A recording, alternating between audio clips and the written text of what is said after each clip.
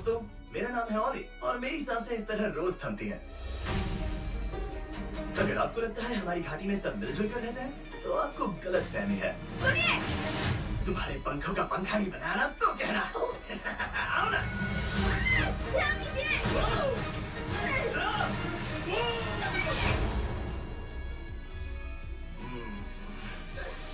हमारे खूबसूरत पंखा है, कहाँ चले गए हमारे पंख? ये शरीर मिला रही है कि पंख हटाओ मुझसे। क्या किया आपने? आपका दिमाग खराब है। बस क्या हूँ, कोई मेरी मदद करो। हमें फिर से अदला-बदली करनी होगी। गलत शरीर, झक्कास। हमें एक और कड़ी ढूंढनी होगी। अच्छा वो वहाँ झरने के पास होएगा। तो चलो, मैं उड़ नहीं सकता। मुझे क्या करना चाहिए? जल्दी कीजिए। मुझे अपने पंख उठाने हैं और वाह, अच्छा हम इनसे लड़ सकते हैं। पता नहीं है क्या?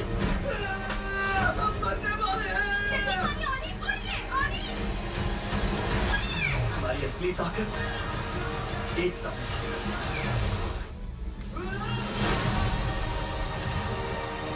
घाटी के जीवों को हमारी मदद चाहिए। अनजान प्रजातियों पर भरोसा नहीं करते। माफ करना जनाब, अब जिएंगे भी साथ और मरेंगे भी साथ।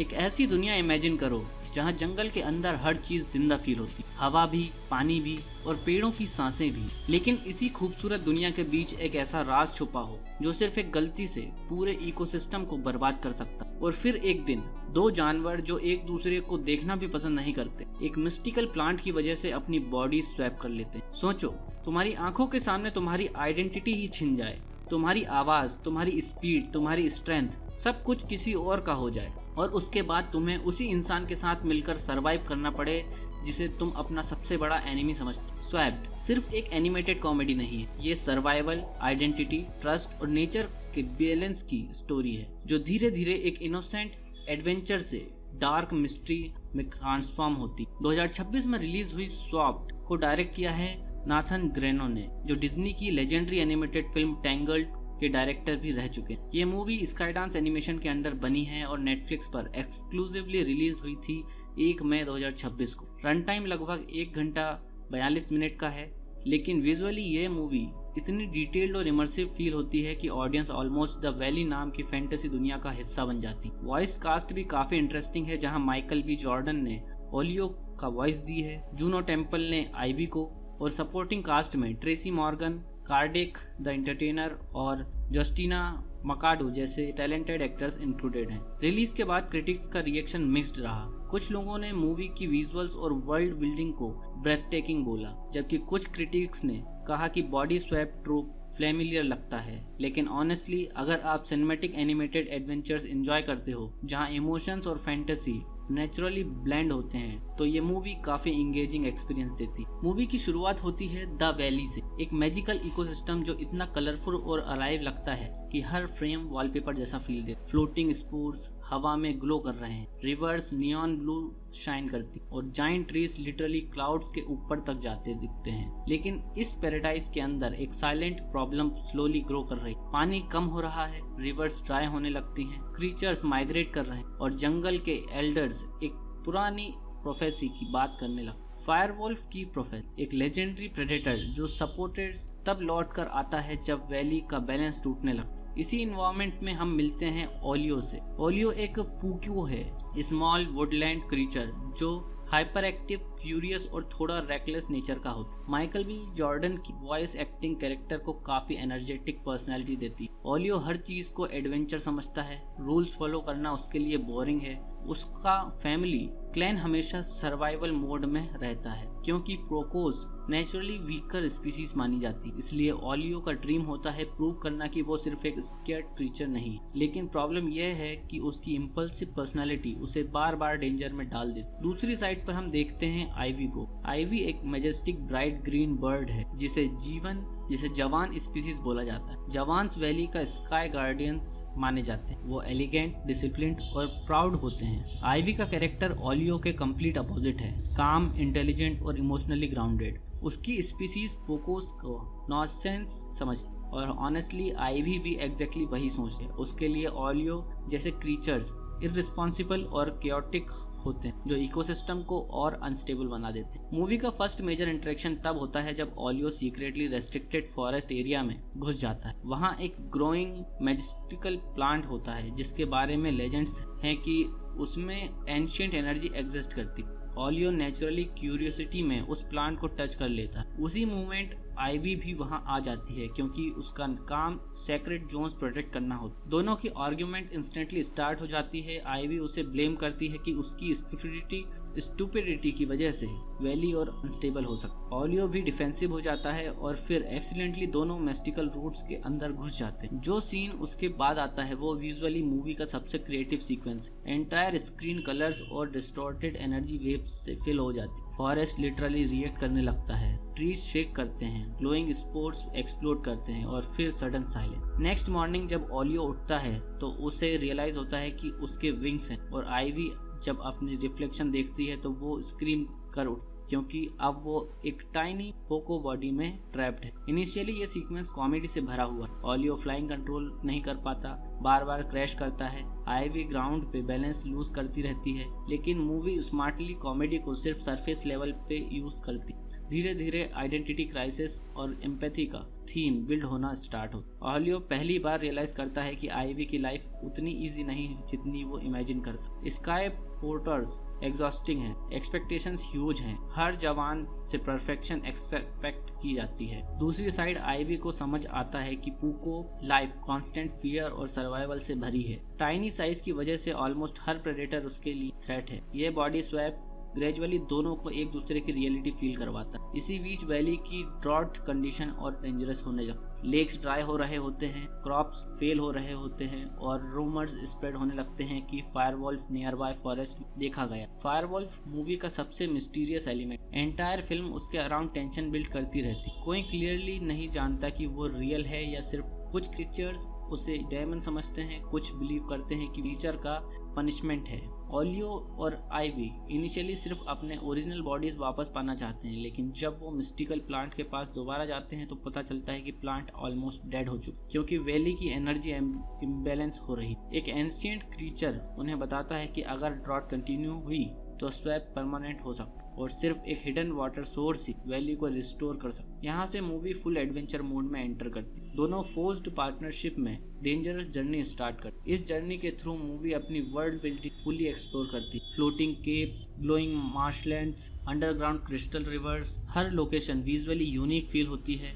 नाथन ग्रेनो का डायरेक्शन यहाँ क्लियरली शाइन करता है। Survival sequences genuinely Disney style cinematic magic feel देते हैं। जर्नी का दौरान सपोर्टिंग कैरेक्टर्स भी एंटर हो। ट्रेसी मॉर्गन का कैरेक्टर वूगल स्पेशली स्टैंड आउट करता है। वूगल एक weird but hilarious scavenger creature है जो हाफ टाइम फेक स्टोरीज सुनाता रहता है और half time accidentally useful information दे देता है। उसकी कॉमेडी टाइमिंग मूवी को लाइटर टोन देती। जब नैरेटिव डार्कर होता स्टार्ट होता है, क्रेडिट द एंटरटेनर का कैरेक्टर एक ओल्ड वंडरर है जो वैली के फॉरगेटन हिस्ट्री के बारे में जानता। उसके डायलॉग सटल फोरशैडोइंग से भरे होते हैं। मूवी का इमोशनल कोर स्लोली स्ट्रॉन्गर होता जाता है। एक सीन में आईवी पहली बार ओलियो के फैमिली क्लैन को देखती है जो ड्रॉट की वजह से फूड रेशन कर रहा होता है। टाइनी पोको चिल्ड्रन फियर में रहता है क्योंकि प्रेडेटर्स उन्हें इजीली प्रे समझते हैं। आईवी को रियलाइज होता है कि प्रिविलेज्ड स्काई लाइफ ने उसे ग्राउंडेड रियलिटी से डिस्कनेक्टेड बना दिया था। दूसरी साइड ओलियो एक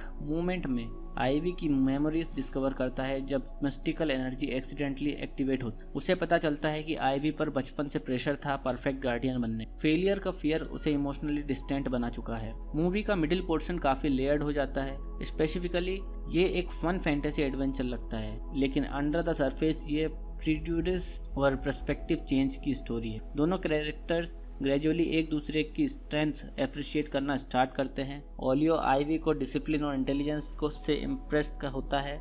आईवी ओलियो की करेज और ऑप्टिमिज्म से समझने लगती, लेकिन एग्जैक्टली इसी पॉइंट पर मूवी टोन शिफ्ट करती। फायरवुल्फ फाइनली ग्लिम्स में दिखाया जाता है, सिर्फ उसकी ग्लोइंग ऑरेंज आईज और बर्निंग फुटप्रिंट्स। एंटायर फॉरेस्ट उसकी प्रेजेंस से साइलेंट हो जाता है। यह रिवील काफी इफेक्टिव है क्योंकि मूवी उसे ओवर एक्सपोज नहीं करती, मिस्ट्री इंटैक्ट रहती। एक इंटेंस सीक्वेंस में ओलियो और आइवी एक अबंडेंट टेम्पल डिस्कवर करते हैं जहां एंशिएंट कार्विंग्स रिवील करती हैं कि फायरवुल्फ एक्चुअली एक नेचुरल गार्डियन था, मॉन्स्टर नहीं। पास्ट में वैली के क्रिएचर्स ने ग्रीड और इम्बैलेंस क्रिएट किया था और फायरवुल्फ इकोसिस्टम को रीसेट करने के लिए अवेकन हुआ था। मतलब टेक्निकली विलन क्रिएचर्स खुद थे, फायरवुल्फ सिर्फ कॉन्सिक्वेंस था। ये रिविलेशन मूवी को डीपर मीनिंग देता है। ड्रॉट किसी रैंडम डिसास्टर की वजह से नहीं हो रहा था। वैली एक डिफरेंट स्पीसीज ईयर्स से रिसोर्सेज एक्सप्लॉइट कर रहे थे while blaming each other. Jawans sky resources control करते थे, ग्राउंड स्पीसीज वाटर एक्सेस के लिए स्ट्रगल करती थी। स्लोली इकोसिस्टम कोलैप्स अनअवॉइडेबल हो गया था। आइवी इस ट्रुथ को एक्सेप्ट नहीं कर पाती इनिशियली। उसके लिए उसकी स्पीसीज ऑनरेबल गार्डियंस थी, लेकिन एविडेंस क्लियरली शो करता है कि इम्बैलेंस का मेजर रीजन पावर हायरार्की थी। ओलियो भी रियलाइज करता है कि सिर्फ ब्लेम करना इजी है, लेकिन सॉल्यूशंस कोऑपरेशन से ही पॉसिबल है। क्लाइमैक्स बिल्डअप यहाँ से शुरू होता है। फायरवुल्फ फाइनली फुली अवेकन हो जाता है। जब उसका कंप्लीट रिवील फाइनली शो होता है तो विजुअली वो इनक्रेडिबल लगता है। मैसिव फ्लेमिंग वुल्फ जिसके बॉडी के अंदर लावा लाइक एनर्जी फ्लो करती रहती, लेकिन इंटरेस्टिंगली उसकी आंखों में प्योर रेज नहीं, सैडनेस फील होती, जैसे वो डिस्ट्रक्शन एंजॉय नहीं कर रहा, सिर्फ ड्यूटी परफॉर्म कर रहा है। एंटायर वैली पैनिक मोड में चली जाती है। स्पीसीज एक दूसरे को ब्लेम करने लगते हैं, जवान्स इवैक्यूएशन प्लान बनाते हैं, ग्राउंड क्रीचर्स हाइड होने लगते हैं, लेकिन ओलियो और आइवी समझ चुके होते हैं कि फायरवुल्फ को फोर्स से स्टॉप नहीं किया जा सकता। वैली का इम्बैलेंस रिस्टोर करना ही सोल्यूशन है। फाइनल एक्ट इमोशनली और विजुअली दोनों लेवल पर काफ़ी स्ट्रांग है। ओलियो और आइवी मिस्टिकल प्लांट का सोर्स तक पहुंचते हैं जो वैली के हार्ट में हिडन होता है। वहां रिवील होता है कि बॉडी स्वैप रैंडम एक्सीडेंट नहीं था। प्लांट ने इंटेंशनली दोनों को चूज किया था ताकि अपोजिंग स्पीसीज एक दूसरे को समझ सकें। नेचर लिटरली उन्हें फोर्स कर रही थी एम्पैथी लर्न करने के लिए। एक पावरफुल सीक्वेंस में आइवी अपनी स्पीसीज के अगेंस्ट स्टैंड लेती है और एडमिट करती है कि गार्डियंस भी रिस्पॉन्सिबल थे इम्बैलेंस के लिए। ओलियो भी अपनी इम्पल्सिव मिस्टेक्स एक्सेप्ट करता है। दोनों together ancient water channels reactive करते हैं। एंटायर वैली में वो वाटर फ्लो वापस स्टार्ट होता है, रिवर्स ग्लो करने लगती हैं, डेड प्लांट्स रिवाइव होने लगते हैं, लेकिन एग्जैक्टली जब लगता है सब ठीक हो गया, फायरवुल्फ उनके सामने आ जाता है। Final confrontation traditional action battle जैसा नहीं है, यहाँ मोर इमोशनल और सिंबॉलिक है। फायरवुल्फ अटैक नहीं करता इमीडिएटली, वो ऑब्जर्व करता है जैसे जज कर रहा हो कि वैली चेंज डिजर्व करती है या नहीं। ओलियो और आइवी उसके सामने खड़े होते हैं डिस्पाइट फियर, और फिर स्लोली फायरवुल्फ की फ्लेम्स काम होने लगते हैं। उसकी बॉडी डिसॉल्व होने लगती है और ग्लोइंग पार्टिकल्स में, जैसे वो सेटिस्फाइड हो कि बैलेंस स्टोर हो रहा है। ये सीन काफ़ी पोएटिक फील देता है, लेकिन मूवी यहाँ कम्प्लीटली हैप्पी एंडिंग नहीं देती। बॉडी स्वैप रिवर्स होने लगता है, लेकिन प्रोसेस इनकम्प्लीट फील होता है।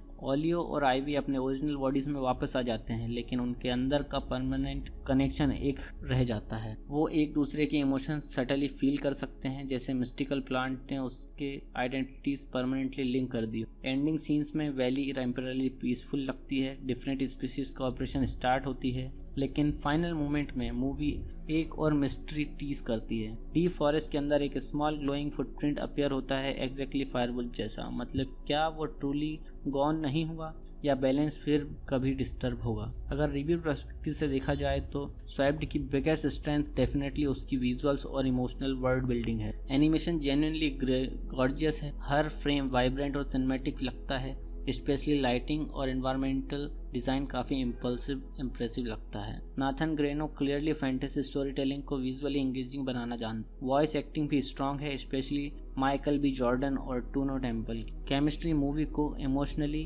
ग्राउंडेड रखती है। मूवी का साउंड ट्रैक भी काफ़ी ग्राउंडेड एलिमेंट है। सॉफ्ट ऑर्केस्ट्रल म्यूजिक और ट्राइबल फैंटेसी टोन्स सीन्स को इमर्सिव बना देते हैं। फायरवुल्फ related themes specially haunting feel देते हैं। एक्शन सीन्स स्मूथ हैं, लेकिन मूवी का फोकस इमोशनल स्टोरी टेलिंग पर ज़्यादा है। हाँ, क्रिटिक्स का एक पॉइंट वैलिड था कि body swap trope completely fresh नहीं लगता। कुछ स्टोरी बीट्स प्रेडिक्टेबल फील होते हैं। ऑडियंस इजीली गेस कर सकती है कि एनिमीज इवेंचुअली फ्रेंड्स बनेंगे, लेकिन मूवी की एग्जीक्यूशन और इमोशनल सीनरी उस फैमिलियर फार्मूला को एंटरटेनिंग बना देती। ये फिल्म ओरिजिनली से ज़्यादा एक्सपीरियंस पर रिले करती। ऑडियंस रिस्पॉन्स जनरली पॉजिटिव रहा।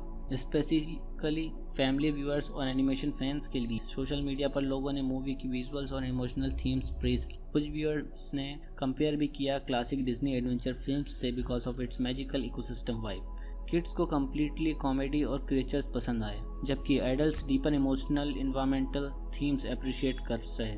इंटरेस्टिंग फैक्ट यह भी है कि स्वैप्ड एक कॉन्सेप्ट रिपोर्टेडली काफ़ी टाइम डेवलपमेंट में रहा और स्काईडांस एनिमेशन ने स्पेशली वर्ल्ड बिल्डिंग पर हैवी फोकस किया था। द वैली को डिज़ाइन करने के लिए एनिमेटर्स ने रियल फॉरेस्ट, बायोल्यूमिनेसेंट और एक्सोटिक बर्ड्स से इंस्पिरेशन ली थी। फायरवुल्फ का डिज़ाइन भी मल्टीपल माइथोलॉजिकल क्रीचर्स और वायलेंस वॉल्केनिक इमेजिनरी कंबाइन करके क्रिएट हुआ था। एक और हिडन डिटेल जो अटेंटिव व्यूअर्स को नोटिस की वो ये थी कि मूवी के background symbols continuously ecosystem imbalance fresh shadow create करते। स्टार्टिंग सीन्स में ही ड्राइड रूट्स और क्रैक्ड वाटर स्टोन्स सटली दिखते हैं। इवन कलर पैलेट बिगनिंग में सटली वार्मर और अनहेल्दी टोन्स यूज करता है, जबकि क्लाइमेक्स के बाद ब्लूज और ग्रीन्स ब्राइटर हो जाते हैं। ओलियो और आइवी का रिलेशनशिप भी सरप्राइजिंगली मैच्योर फील होता है। मूवी अननेसेसरी रोमांस कुछ नहीं करती, इंस्टेड फोकस ट्रस्ट और अंडरस्टैंडिंग पर रहती। ये चॉइस स्टोरी को स्ट्रॉन्गर बनाता है क्योंकि इमोशनल कनेक्शन नेचुरली बिल्ड होता है रेदर देन फोर्स्ड केमिस्ट्री। एक ऐसी दुनिया इमेजिन करो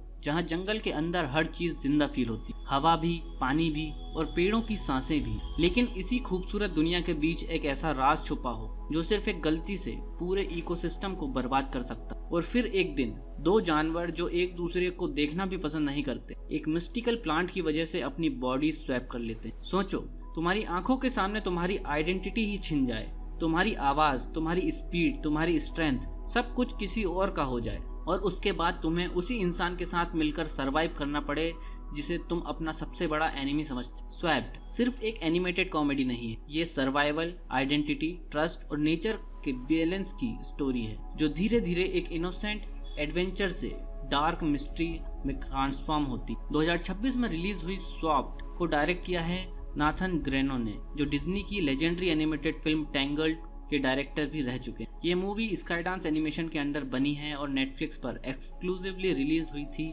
1 मई 2026 को। रन टाइम लगभग 1 घंटा 42 मिनट का है, लेकिन विजुअली ये मूवी इतनी डिटेल्ड और इमर्सिव फील होती है कि ऑडियंस ऑलमोस्ट द वैली नाम की फैंटेसी दुनिया का हिस्सा बन जाती। वॉइस कास्ट भी काफी इंटरेस्टिंग है, जहां माइकल बी जॉर्डन ने ओलियो का वॉइस दी है, जूनो टेम्पल ने आइवी को, और सपोर्टिंग कास्ट में Tracy Morgan, cardiac the entertainer और जस्टिना मकाडो जैसे टैलेंटेड एक्टर्स इंक्लूडेड हैं। रिलीज के बाद क्रिटिक्स का रिएक्शन मिक्स्ड रहा। कुछ लोगों ने मूवी की विजुअल्स और वर्ल्ड बिल्डिंग को ब्रेथटेकिंग बोला, जबकि कुछ क्रिटिक्स ने कहा कि बॉडी स्वैप ट्रूप फ्लेमिलियर लगता है। लेकिन ऑनेस्टली अगर आप सिनेमैटिक एनिमेटेड एडवेंचर्स एंजॉय करते हो जहां इमोशंस और फैंटेसी नेचुरली ब्लेंड होते हैं, तो ये मूवी काफी इंगेजिंग एक्सपीरियंस देती। मूवी की शुरुआत होती है द वैली से, एक मैजिकल इकोसिस्टम जो इतना कलरफुल और अलाइव लगता है कि हर फ्रेम वॉलपेपर जैसा फील देता। फ्लोटिंग स्पोर्ट्स हवा में ग्लो कर रहे हैं, रिवर्स नियॉन ब्लू शाइन करती और जाइंट ट्रीज लिटरली क्लाउड्स के ऊपर तक जाते दिखते हैं। लेकिन इस पैराडाइज के अंदर एक साइलेंट प्रॉब्लम स्लोली ग्रो कर रही। पानी कम हो रहा है, रिवर्स ड्राई होने लगती हैं, क्रीचर्स माइग्रेट कर रहे हैं और जंगल के एल्डर्स एक पुरानी प्रोफेसी की बात करने लगे। फायरवुल्फ की प्रोफेसी एक लेजेंडरी प्रेडेटर जो सपोर्टर्स तब लौट कर आता है जब वैली का बैलेंस टूटने लगता। इसी इन्वायरमेंट में हम मिलते हैं ओलियो से। ओलियो एक पूक्यो है, स्मॉल वुडलैंड क्रीचर जो हाइपर एक्टिव, क्यूरियस और थोड़ा रेकलेस नेचर का होता है। माइकल बी जॉर्डन की वॉइस एक्टिंग कैरेक्टर को काफी एनर्जेटिक पर्सनैलिटी देती। ओलियो हर चीज को एडवेंचर समझता है, रूल्स फॉलो करना उसके लिए बोरिंग है। उसका फैमिली क्लैन हमेशा सर्वाइवल मोड में रहता है क्योंकि प्रोकोस नेचुरली वीकर स्पीसीज मानी जाती। इसलिए ओलियो का ड्रीम होता है प्रूव करना कि वो सिर्फ एक स्केर्ड क्रीचर नहीं। लेकिन प्रॉब्लम यह है कि उसकी इम्पल्सिव पर्सनालिटी उसे बार बार डेंजर में डाल देती। दूसरी साइड पर हम देखते हैं आइवी को। आइवी एक मैजेस्टिक ब्राइट ग्रीन बर्ड है जिसे जवान स्पीसीज बोला जाता है। जवान्स वैली का स्काई गार्डियंस माने जाते हैं। वो एलिगेंट, डिसिप्लिन्ड और प्राउड होते हैं। आइवी का कैरेक्टर ओलियो के कंप्लीट अपोजिट है, काम, इंटेलिजेंट और इमोशनली ग्राउंडेड। उसकी स्पीसीज पोकोस को नॉनसेंस समझती और ऑनेस्टली आइवी भी एग्जैक्टली वही सोचते हैं। उसके लिए ओलियो जैसे क्रीचर्स इररिस्पॉन्सिबल और केओटिक होते हैं जो इकोसिस्टम को और अनस्टेबल बना देते हैं। मूवी का फर्स्ट मेजर इंटरेक्शन तब होता है जब oleo secretly restricted forest area में घुस जाता है। वहाँ एक ग्रोइंग मैजिस्टिकल प्लांट होता है जिसके बारे में लेजेंड्स हैं कि उसमें एंशिएंट एनर्जी एग्जिस्ट करती। ओलियो नेचुरली क्यूरियोसिटी में उस प्लांट को टच कर लेता है। उसी मोमेंट आईवी भी वहां आ जाती है क्योंकि उसका काम सेक्रेट जोन्स प्रोटेक्ट करना होता। दोनों की आर्ग्यूमेंट इंस्टेंटली स्टार्ट हो जाती है। आईवी उसे ब्लेम करती है कि उसकी स्टुपिडिटी की वजह से वैली और अनस्टेबल हो सकता। ओलियो भी डिफेंसिव हो जाता है और फिर एक्सीडेंटली दोनों मेस्टिकल रूट्स के अंदर घुस जाते हैं। जो सीन उसके बाद आता है वो विजुअली मूवी का सबसे क्रिएटिव सीक्वेंस है। एंटायर स्क्रीन कलर्स और डिस्टॉर्टेड एनर्जी वेव्स से फिल हो जाती है। फॉरेस्ट लिटरली रिएक्ट करने लगता है, ट्रीज शेक करते हैं, ग्लोइंग स्पोर्ट्स एक्सप्लोड करते हैं और फिर सडन साइलेंस। नेक्स्ट मॉर्निंग जब ओलियो उठता है तो उसे रियलाइज होता है कि उसके विंग्स हैं और आईवी जब अपनी रिफ्लेक्शन देखती है तो वो स्क्रीम कर उठ क्योंकि अब वो एक टाइनी पोको बॉडी में ट्रैप्ड है। इनिशियली ये सीक्वेंस कॉमेडी से भरा हुआ है। ओलियो फ्लाइंग कंट्रोल नहीं कर पाता, बार बार क्रैश करता है, आईवी ग्राउंड पे बैलेंस लूज करती रहती है, लेकिन मूवी स्मार्टली कॉमेडी को सिर्फ सरफेस लेवल पे यूज करती। धीरे धीरे आइडेंटिटी क्राइसिस और एम्पैथी का थीम बिल्ड होना स्टार्ट हो। ओलियो पहली बार रियलाइज करता है कि आईवी की लाइफ उतनी इजी नहीं जितनी वो इमेजिन करता। स्काई पोर्टर्स एग्जॉस्टिंग है, एक्सपेक्टेशंस ह्यूज हैं, हर जवान से परफेक्शन एक्सपेक्ट की जाती है। दूसरी साइड आईवी को समझ आता है कि पूको लाइफ कांस्टेंट फियर और सर्वाइवल से भरी है। टाइनी साइज की वजह से ऑलमोस्ट हर प्रेडेटर उसके लिए थ्रेट है। ये बॉडी स्वैप ग्रेजुअली दोनों को एक दूसरे की रियलिटी फील करवाता है। इसी बीच वैली की ड्रॉट कंडीशन और डेंजरस होने लगती। लेक्स ड्राई हो रहे होते हैं, क्रॉप्स फेल हो रहे होते हैं और रूमर्स स्प्रेड होने लगते हैं कि फायरवॉल्फ नियर बाय फॉरेस्ट देखा गया। फायरवॉल्फ मूवी का सबसे मिस्टीरियस एलिमेंट। एंटायर फिल्म उसके अराउंड टेंशन बिल्ड करती रहती। कोई क्लियरली नहीं जानता कि वो रियल है या सिर्फ कुछ क्रीचर्स उसे डेमन समझते हैं, कुछ बिलीव करते हैं कि नेचर का पनिशमेंट है। ओलियो और आईवी इनिशियली सिर्फ अपने ओरिजिनल बॉडीज वापस पाना चाहते हैं, लेकिन जब वो मिस्टिकल प्लांट के पास दोबारा जाते हैं तो पता चलता है कि प्लांट ऑलमोस्ट डेड हो चुका क्योंकि वैली की एनर्जी इम्बैलेंस हो रही। एक एंशिएंट क्रीचर उन्हें बताता है कि अगर ड्रॉट कंटिन्यू हुई तो स्वैप परमानेंट हो सकता और सिर्फ एक हिडन वाटर सोर्स ही वैली को रिस्टोर कर सकता। यहाँ से मूवी फुल एडवेंचर मोड में एंटर करती। दोनों फोर्स्ड पार्टनरशिप में डेंजरस जर्नी स्टार्ट करती। इस जर्नी के थ्रू मूवी अपनी वर्ल्ड बिल्डिंग फुली एक्सप्लोर करती। Floating caves, glowing marshlands, underground crystal rivers, हर लोकेशन विजुअली यूनिक फील होती है।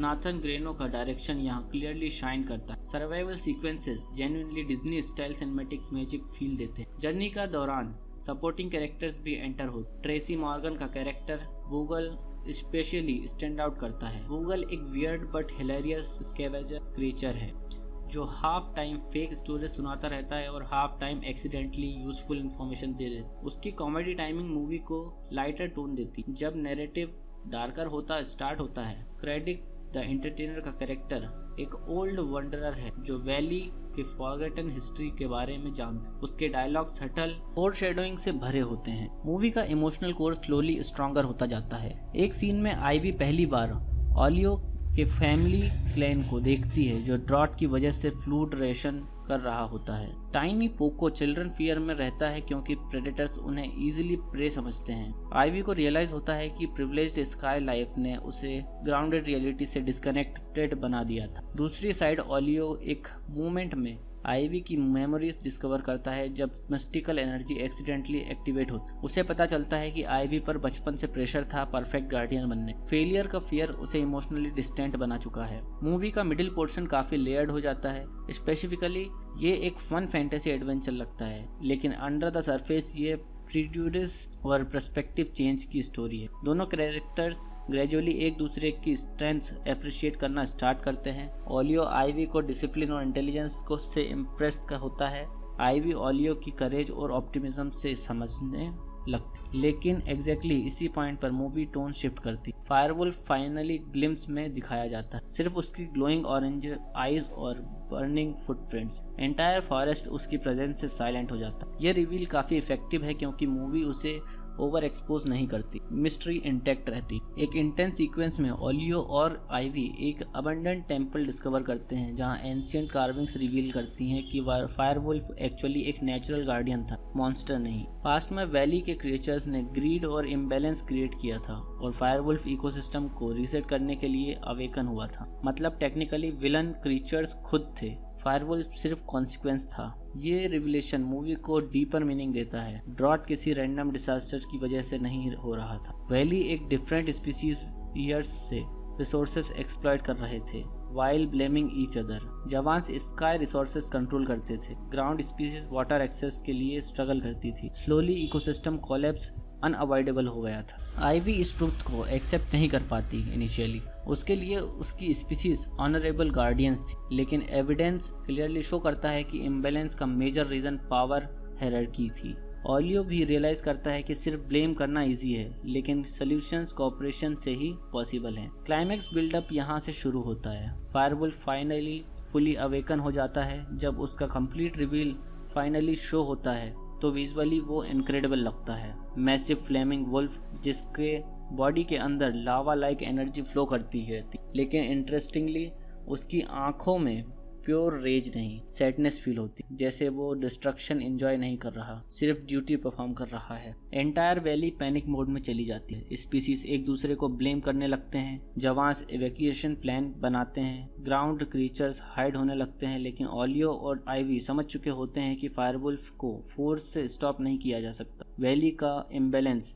रिस्टोर करना ही सोल्यूशन है। फाइनल एक्ट इमोशनली और विजुअली दोनों लेवल पर काफ़ी स्ट्रांग है। ओलियो और आइवी मिस्टिकल प्लांट का सोर्स तक पहुंचते हैं जो वैली के हार्ट में हिडन होता है। वहां रिवील होता है कि बॉडी स्वैप रैंडम एक्सीडेंट नहीं था, प्लांट ने इंटेंशनली दोनों को चूज किया था ताकि अपोजिंग स्पीसीज एक दूसरे को समझ सकें। नेचर लिटरली उन्हें फोर्स कर रही थी एम्पैथी लर्न करने के लिए। एक पावरफुल सीक्वेंस में आइवी अपनी स्पीसीज के अगेंस्ट स्टैंड लेती है और एडमिट करती है कि गार्डियंस भी रिस्पॉन्सिबल थे इम्बैलेंस के लिए। ओलियो भी अपनी इम्पल्सिव मिस्टेक्स एक्सेप्ट करता है। दोनों together ancient water channels reactive करते हैं। एंटायर वैली में वो वाटर फ्लो वापस स्टार्ट होता है, रिवर्स ग्लो करने लगती हैं, डेड प्लांट्स रिवाइव होने लगते हैं, लेकिन एग्जैक्टली जब लगता है सब ठीक हो गया, फायरवुल्फ उनके सामने आ जाता है। Final confrontation traditional action battle जैसा नहीं है, यहाँ मोर इमोशनल और सिंबॉलिक है। फायरवुल्फ अटैक नहीं करता है इमीडिएटली, वो ऑब्जर्व करता है जैसे जज कर रहा हो कि वैली चेंज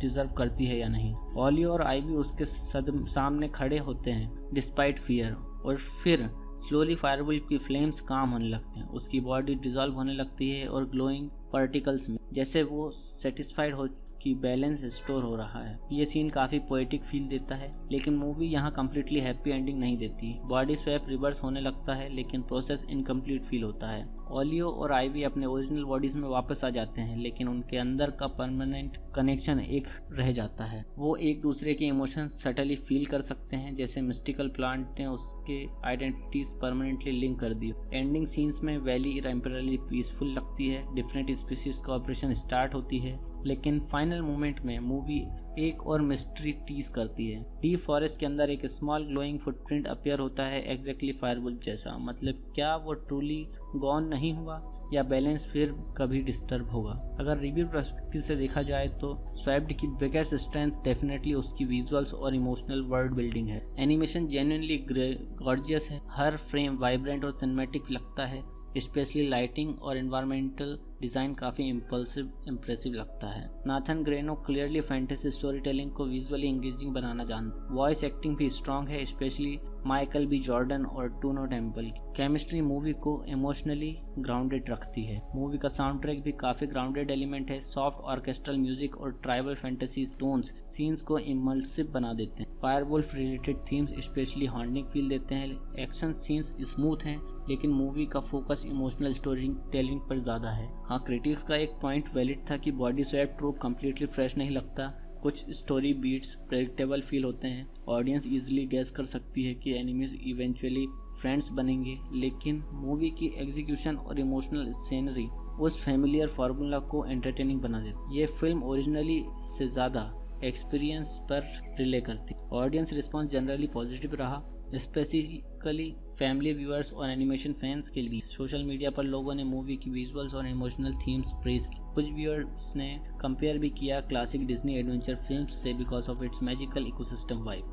किड्स को कम्प्लीटली कॉमेडी और क्रिएचर्स पसंद आए, जबकि adults deeper emotional environmental themes appreciate कर रहे। इंटरेस्टिंग फैक्ट यह भी है कि स्वैप्ड एक कॉन्सेप्ट रिपोर्टेडली काफ़ी टाइम डेवलपमेंट में रहा और स्काईडांस एनिमेशन ने स्पेशली वर्ल्ड बिल्डिंग पर हैवी फोकस किया था। द वैली को डिज़ाइन करने के लिए एनिमेटर्स ने रियल फॉरेस्ट, बायोल्यूमिनेसेंट और एक्सोटिक बर्ड्स से इंस्पिरेशन ली थी। फायरवुल्फ का डिज़ाइन भी मल्टीपल माइथोलॉजिकल क्रीचर्स और वायलेंस वॉल्केनिक इमेजिनरी कंबाइन करके क्रिएट हुआ था। एक और हिडन डिटेल जो अटेंटिव व्यूअर्स को नोटिस की वो ये थी कि मूवी के background symbols continuously ecosystem imbalance fresh shadow create करते। स्टार्टिंग सीन्स में ही ड्राइड रूट्स और क्रैक्ड वाटर स्टोन्स सटली दिखते हैं। इवन कलर पैलेट बिगनिंग में सटली वार्मर और अनहेल्दी टोन्स यूज करता है, जबकि क्लाइमेक्स के बाद ब्लूज और ग्रीन्स ब्राइटर हो जाते हैं। ओलियो और आइवी का रिलेशनशिप भी सरप्राइजिंगली मैच्योर फील होता है। मूवी अननेसेसरी रोमांस कुछ नहीं करती,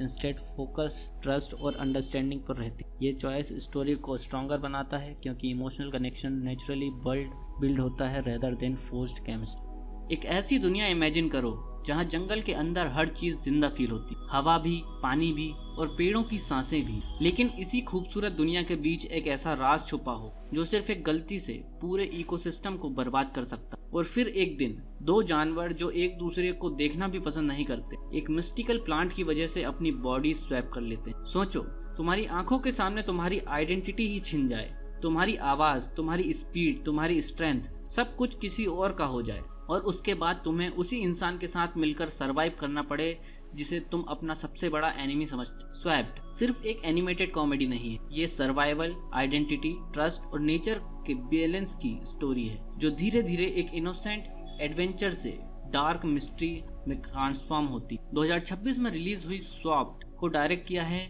नाथन ग्रेनो ने, जो डिज्नी की लेजेंडरी एनिमेटेड फिल्म टैंगल्ड के डायरेक्टर भी रह चुके। ये मूवी स्काईडांस एनिमेशन के अंडर बनी है और नेटफ्लिक्स पर एक्सक्लूसिवली रिलीज हुई थी 1 मई 2026 को। रन टाइम लगभग 1 घंटा 42 मिनट का है, लेकिन विजुअली ये मूवी इतनी डिटेल्ड और इमर्सिव फील होती है कि ऑडियंस ऑलमोस्ट द वैली नाम की फैंटेसी दुनिया का हिस्सा बन जाती। वॉइस कास्ट भी काफी इंटरेस्टिंग है, जहां माइकल बी जॉर्डन ने ओलियो का वॉइस दी है, जूनो टेम्पल ने आइवी को, और सपोर्टिंग कास्ट में Tracy Morgan, cardiac the entertainer और जस्टिना मकाडो जैसे टैलेंटेड एक्टर्स इंक्लूडेड हैं। रिलीज के बाद क्रिटिक्स का रिएक्शन मिक्स्ड रहा। कुछ लोगों ने मूवी की विजुअल्स और वर्ल्ड बिल्डिंग को ब्रेथटेकिंग बोला, जबकि कुछ क्रिटिक्स ने कहा कि बॉडी स्वैप ट्रूप फ्लेमिलियर लगता है। लेकिन ऑनेस्टली अगर आप सिनेमैटिक एनिमेटेड एडवेंचर्स एंजॉय करते हो जहां इमोशंस और फैंटेसी नेचुरली ब्लेंड होते हैं, तो ये मूवी काफी इंगेजिंग एक्सपीरियंस देती। मूवी की शुरुआत होती है द वैली से, एक मैजिकल इकोसिस्टम जो इतना कलरफुल और अलाइव लगता है कि हर फ्रेम वॉलपेपर जैसा फील दे। फ्लोटिंग स्पोर्ट्स हवा में ग्लो कर रहे हैं, रिवर्स नियॉन ब्लू शाइन करती और जाइंट ट्रीज लिटरली क्लाउड्स के ऊपर तक जाते दिखते हैं। लेकिन इस पैराडाइज के अंदर एक साइलेंट प्रॉब्लम स्लोली ग्रो कर रही। पानी कम हो रहा है, रिवर्स ड्राई होने लगती हैं, क्रीचर्स माइग्रेट कर रहे हैं और जंगल के एल्डर्स एक पुरानी प्रोफेसी की बात करने लगे। फायरवुल्फ की प्रोफेसी एक लेजेंडरी प्रेडेटर जो सपोर्टेड तब लौट कर आता है जब वैली का बैलेंस टूटने लगता। इसी इन्वायरमेंट में हम मिलते हैं ओलियो से। ओलियो एक पुक्यो है, स्मॉल वुडलैंड क्रीचर जो हाइपर एक्टिव, क्यूरियस और थोड़ा रेकलेस नेचर का होता। माइकल बी जॉर्डन की वॉइस एक्टिंग कैरेक्टर को काफी एनर्जेटिक पर्सनैलिटी देती। ओलियो हर चीज को एडवेंचर समझता है, रूल्स फॉलो करना उसके लिए बोरिंग है। उसका फैमिली क्लैन हमेशा सर्वाइवल मोड में रहता है क्योंकि प्रोकोस नेचुरली वीकर स्पीसीज मानी जाती। इसलिए ओलियो का ड्रीम होता है प्रूव करना कि वो सिर्फ एक स्केर्ड क्रीचर नहीं। लेकिन प्रॉब्लम यह है कि उसकी इम्पल्सिव पर्सनालिटी उसे बार बार डेंजर में डाल देती। दूसरी साइड पर हम देखते हैं आइवी को। आइवी एक मैजेस्टिक ब्राइट ग्रीन बर्ड है जिसे जवान स्पीसीज बोला जाता है। जवान्स वैली का स्काई गार्डियंस माने जाते हैं। वो एलिगेंट, डिसिप्लिन्ड और प्राउड होते हैं। आइवी का कैरेक्टर ओलियो के कंप्लीट अपोजिट है, काम, इंटेलिजेंट और इमोशनली ग्राउंडेड। उसकी स्पीसीज पोकोस को नॉनसेंस समझती और ऑनेस्टली आइवी भी एग्जैक्टली वही सोचते। उसके लिए ओलियो जैसे क्रीचर्स इररिस्पॉन्सिबल और केओटिक होते हैं जो इकोसिस्टम को और अनस्टेबल बना देते हैं। मूवी का फर्स्ट मेजर इंटरेक्शन तब होता है जब oleo secretly restricted forest area में घुस जाता है। वहाँ एक ग्रोइंग मैजिस्टिकल प्लांट होता है जिसके बारे में लेजेंड्स हैं कि उसमें एंशिएंट एनर्जी एग्जिस्ट करती। ओलियो नेचुरली क्यूरियोसिटी में उस प्लांट को टच कर लेता है। उसी मोमेंट आईवी भी वहां आ जाती है क्योंकि उसका काम सेक्रेट जोन्स प्रोटेक्ट करना होता। दोनों की आर्ग्यूमेंट इंस्टेंटली स्टार्ट हो जाती है। आईवी उसे ब्लेम करती है कि उसकी स्टुपिडिटी की वजह से वैली और अनस्टेबल हो सकता। ओलियो भी डिफेंसिव हो जाता है और फिर एक्सीडेंटली दोनों मेस्टिकल रूट्स के अंदर घुस जाते हैं। जो सीन उसके बाद आता है वो विजुअली मूवी का सबसे creative sequence. Entire screen colours और डिस्टॉर्टेड एनर्जी वेव्स से फिल हो जाती है। फॉरेस्ट लिटरली रिएक्ट करने लगता है, ट्रीज शेक करते हैं, ग्लोइंग स्पोर्ट्स एक्सप्लोड करते हैं और फिर सडन साइलेंस। नेक्स्ट मॉर्निंग जब ओलियो उठता है तो उसे रियलाइज होता है कि उसके विंग्स हैं और आईवी जब अपनी रिफ्लेक्शन देखती है तो वो स्क्रीम कर उठ क्योंकि अब वो एक टाइनी पोको बॉडी में ट्रैप्ड है। इनिशियली ये सीक्वेंस कॉमेडी से भरा हुआ है। ओलियो फ्लाइंग कंट्रोल नहीं कर पाता, बार बार क्रैश करता है। आईवी ग्राउंड पे बैलेंस लूज करती रहती है, लेकिन मूवी स्मार्टली कॉमेडी को सिर्फ सरफेस लेवल पे यूज करती। धीरे धीरे आइडेंटिटी क्राइसिस और एम्पैथी का थीम बिल्ड होना स्टार्ट हो।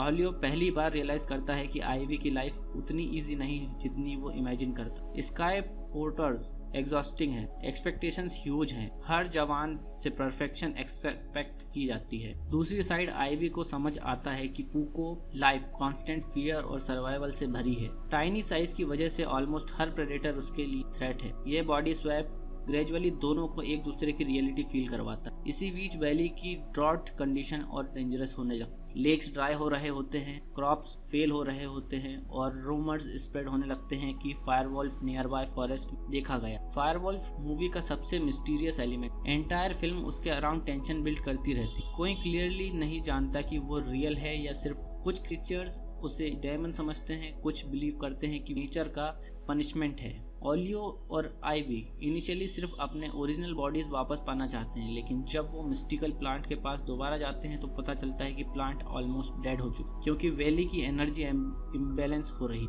एक एंशिएंट क्रीचर उन्हें बताता है कि अगर ड्रॉट कंटिन्यू हुई तो स्वैप परमानेंट हो सकता और सिर्फ एक हिडन वाटर सोर्स ही वैली को रिस्टोर कर सकता। यहाँ से मूवी फुल एडवेंचर मोड में एंटर करती। दोनों फोर्स्ड पार्टनरशिप में डेंजरस जर्नी स्टार्ट करती। इस जर्नी के थ्रू मूवी अपनी वर्ल्ड बिल्डिंग फुली एक्सप्लोर करती। Floating caves, glowing marshlands, underground crystal rivers, हर लोकेशन विजुअली यूनिक फील होती है। नाथन ग्रेनो का डायरेक्शन यहाँ क्लियरली शाइन करता है। Survival sequences genuinely Disney style cinematic magic feel देते हैं। जर्नी का दौरान सपोर्टिंग कैरेक्टर्स भी एंटर हो। ट्रेसी मॉर्गन का कैरेक्टर वूगल स्पेशली स्टैंड आउट करता है। वूगल एक weird but hilarious scavenger creature है जो हाफ टाइम फेक स्टोरीज सुनाता रहता है और half time accidentally useful information दे देता है। उसकी कॉमेडी टाइमिंग मूवी को लाइटर टोन देती। जब नैरेटिव डार्कर होता स्टार्ट होता है, क्रेडिट द एंटरटेनर का कैरेक्टर एक ओल्ड वंडरर है जो वैली के फॉरगेटन हिस्ट्री के बारे में जानता। उसके डायलॉग सटल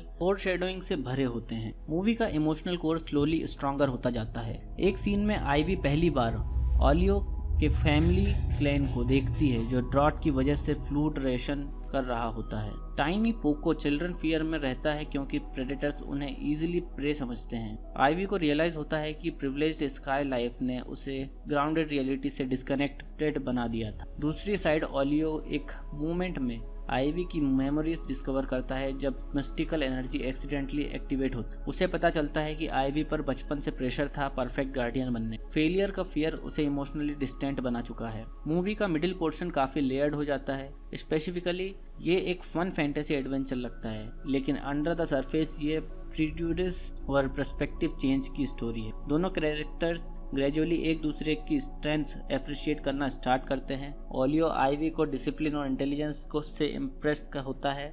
आईवी ओलियो की करेज और ऑप्टिमिज्म से समझने लगती, लेकिन एग्जैक्टली इसी पॉइंट पर मूवी टोन शिफ्ट करती। फायरवुल्फ फाइनली ग्लिम्स में दिखाया जाता है, सिर्फ उसकी ग्लोइंग ऑरेंज आईज और बर्निंग फुटप्रिंट्स। एंटायर फॉरेस्ट उसकी प्रेजेंस से साइलेंट हो जाता है। यह रिवील काफी इफेक्टिव है क्योंकि मूवी उसे ओवर एक्सपोज नहीं करती, मिस्ट्री इंटैक्ट रहती। एक इंटेंस सीक्वेंस में ओलियो और आइवी एक अबंडेंट टेम्पल डिस्कवर करते हैं जहां एंशिएंट कार्विंग्स रिवील करती हैं कि फायरवुल्फ एक्चुअली एक नेचुरल गार्डियन था, मॉन्स्टर नहीं। पास्ट में वैली के क्रिएचर्स ने ग्रीड और इम्बैलेंस क्रिएट किया था और फायरवुल्फ इकोसिस्टम को रीसेट करने के लिए अवेकन हुआ था। मतलब टेक्निकली विलन क्रिएचर्स खुद थे, फायरवुल्फ सिर्फ कॉन्सिक्वेंस था। ये रिविलेशन मूवी को डीपर मीनिंग देता है। ड्रॉट किसी रैंडम डिसास्टर की वजह से नहीं हो रहा था। वैली एक डिफरेंट स्पीसीज ईयर्स से रिसोर्सेज एक्सप्लॉइट कर रहे थे while blaming each other. Jawans sky resources control करते थे, ग्राउंड स्पीसीज वाटर एक्सेस के लिए स्ट्रगल करती थी। स्लोली इकोसिस्टम कोलैप्स अनअवॉइडेबल हो गया था। आइवी इस ट्रुथ को एक्सेप्ट नहीं कर पाती इनिशियली, उसके लिए उसकी स्पीसीज ऑनरेबल गार्डियंस थी, लेकिन एविडेंस क्लियरली शो करता है कि इम्बैलेंस का मेजर रीजन पावर हायरार्की थी। ओलियो भी रियलाइज करता है कि सिर्फ ब्लेम करना इजी है, लेकिन सॉल्यूशंस कोऑपरेशन से ही पॉसिबल है। क्लाइमैक्स बिल्डअप यहाँ से शुरू होता है। फायरवुल्फ फाइनली फुली अवेकन हो जाता है। जब उसका कंप्लीट रिवील फाइनली शो होता है तो विजुअली वो इनक्रेडिबल लगता है। मैसिव फ्लेमिंग वुल्फ जिसके बॉडी के अंदर लावा लाइक एनर्जी फ्लो करती है, लेकिन इंटरेस्टिंगली उसकी आंखों में प्योर रेज नहीं, सैडनेस फील होती, जैसे वो डिस्ट्रक्शन एंजॉय नहीं कर रहा, सिर्फ ड्यूटी परफॉर्म कर रहा है। एंटायर वैली पैनिक मोड में चली जाती है। स्पीसीज एक दूसरे को ब्लेम करने लगते हैं, जवान्स इवैक्यूएशन प्लान बनाते हैं, ग्राउंड क्रीचर्स हाइड होने लगते हैं, लेकिन ओलियो और आइवी समझ चुके होते हैं कि फायरवुल्फ को फोर्स से स्टॉप नहीं किया जा सकता। वैली का इम्बैलेंस रिस्टोर करना ही सोल्यूशन है। फाइनल एक्ट इमोशनली और विजुअली दोनों लेवल पर काफी स्ट्रांग है। ओलियो और आइवी मिस्टिकल प्लांट का सोर्स तक पहुंचते हैं जो वैली के हार्ट में हिडन होता है। वहां रिवील होता है कि बॉडी स्वैप रैंडम एक्सीडेंट नहीं था, प्लांट ने इंटेंशनली दोनों को चूज किया था ताकि अपोजिंग स्पीसीज एक दूसरे को समझ सकें। नेचर लिटरली उन्हें फोर्स कर रही थी एम्पैथी लर्न करने के लिए। एक पावरफुल सीक्वेंस में आइवी अपनी स्पीसीज के अगेंस्ट स्टैंड लेती है और एडमिट करती है कि गार्डियंस भी रिस्पॉन्सिबल थे इम्बैलेंस के लिए। ओलियो भी अपनी इम्पल्सिव मिस्टेक्स एक्सेप्ट करता है। दोनों together ancient water channels reactive करते हैं। एंटायर वैली में वाटर फ्लो वापस स्टार्ट होता है, रिवर्स ग्लो करने लगती हैं, डेड प्लांट्स रिवाइव होने लगते हैं, लेकिन एग्जैक्टली जब लगता है सब ठीक हो गया, फायरवुल्फ उनके सामने आ जाता है। Final confrontation traditional action battle जैसा नहीं है, यहाँ मोर इमोशनल और सिंबॉलिक है। फायरवुल्फ अटैक नहीं करता इमीडिएटली, वो ऑब्जर्व करता है जैसे जज कर रहा हो कि वैली चेंज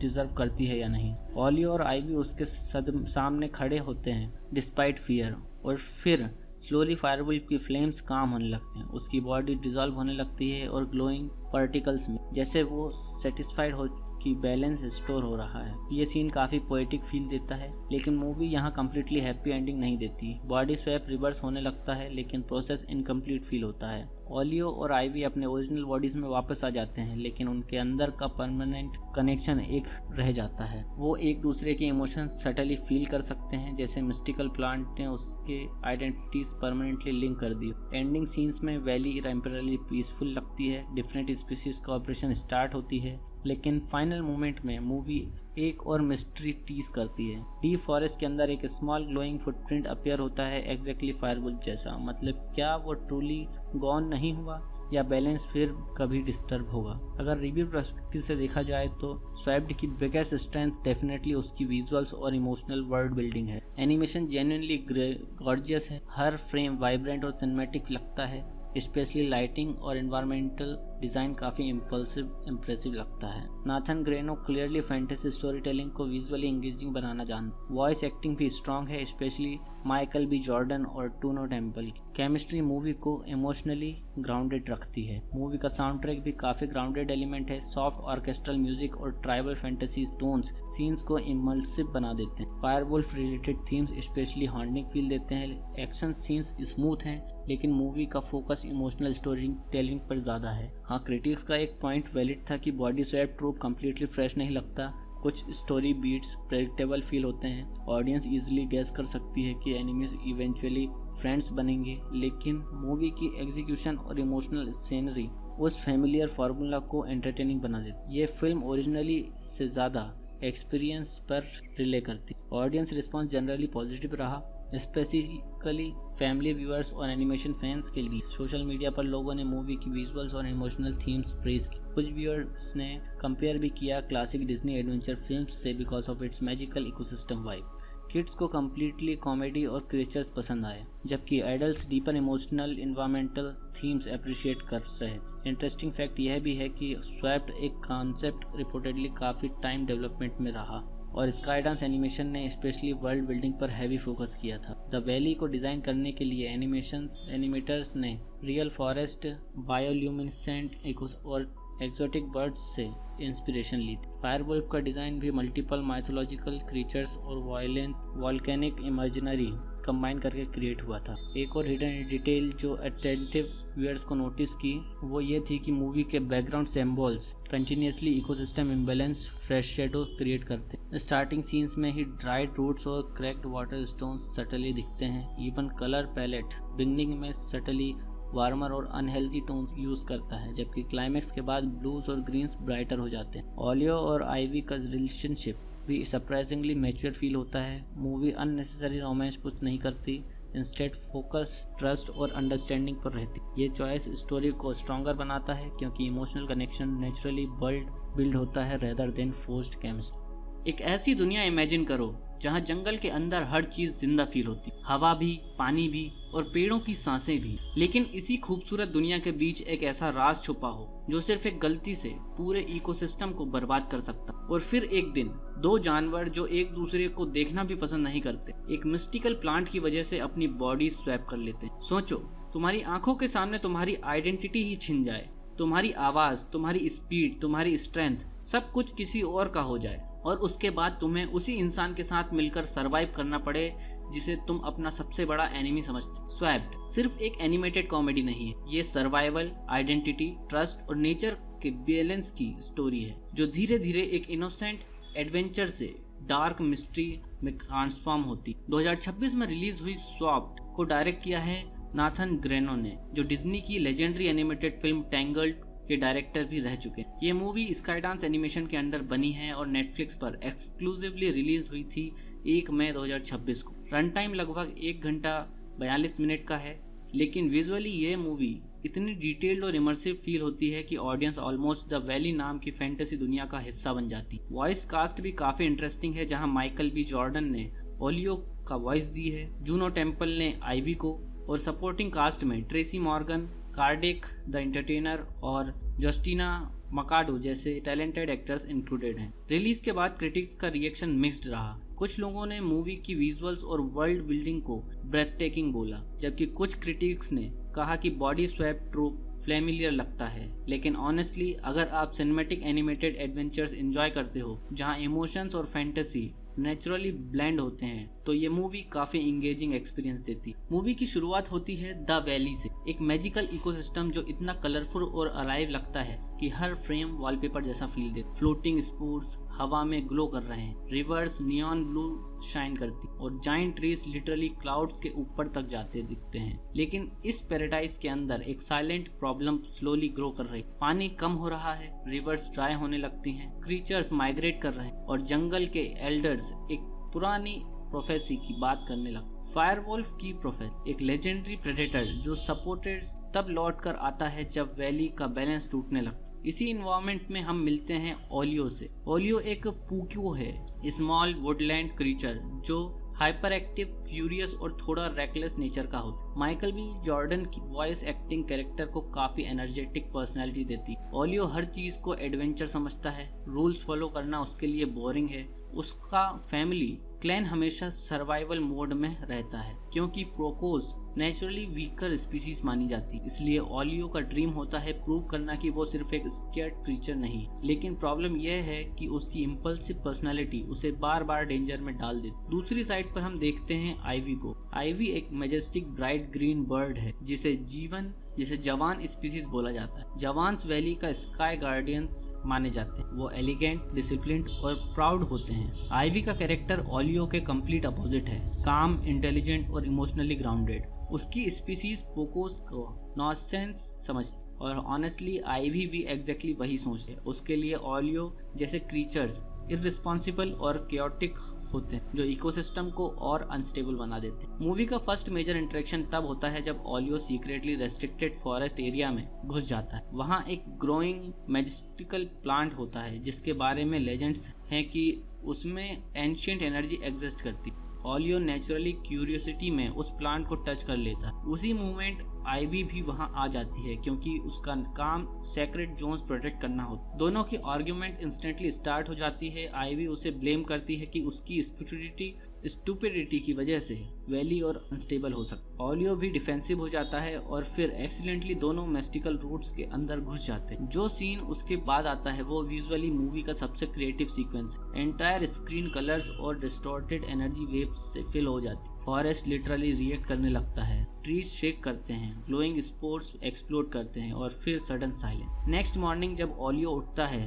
तो उसे रियलाइज होता है कि उसके विंग्स हैं और आईवी जब अपनी रिफ्लेक्शन देखती है तो वो स्क्रीम कर उठ क्योंकि अब वो एक टाइनी पोको बॉडी में ट्रैप्ड है। इनिशियली ये सीक्वेंस कॉमेडी से भरा हुआ है। ओलियो फ्लाइंग कंट्रोल नहीं कर पाता, बार बार क्रैश करता है। आईवी ग्राउंड पे बैलेंस लूज करती रहती है, लेकिन मूवी स्मार्टली कॉमेडी को सिर्फ सरफेस लेवल पे यूज करती।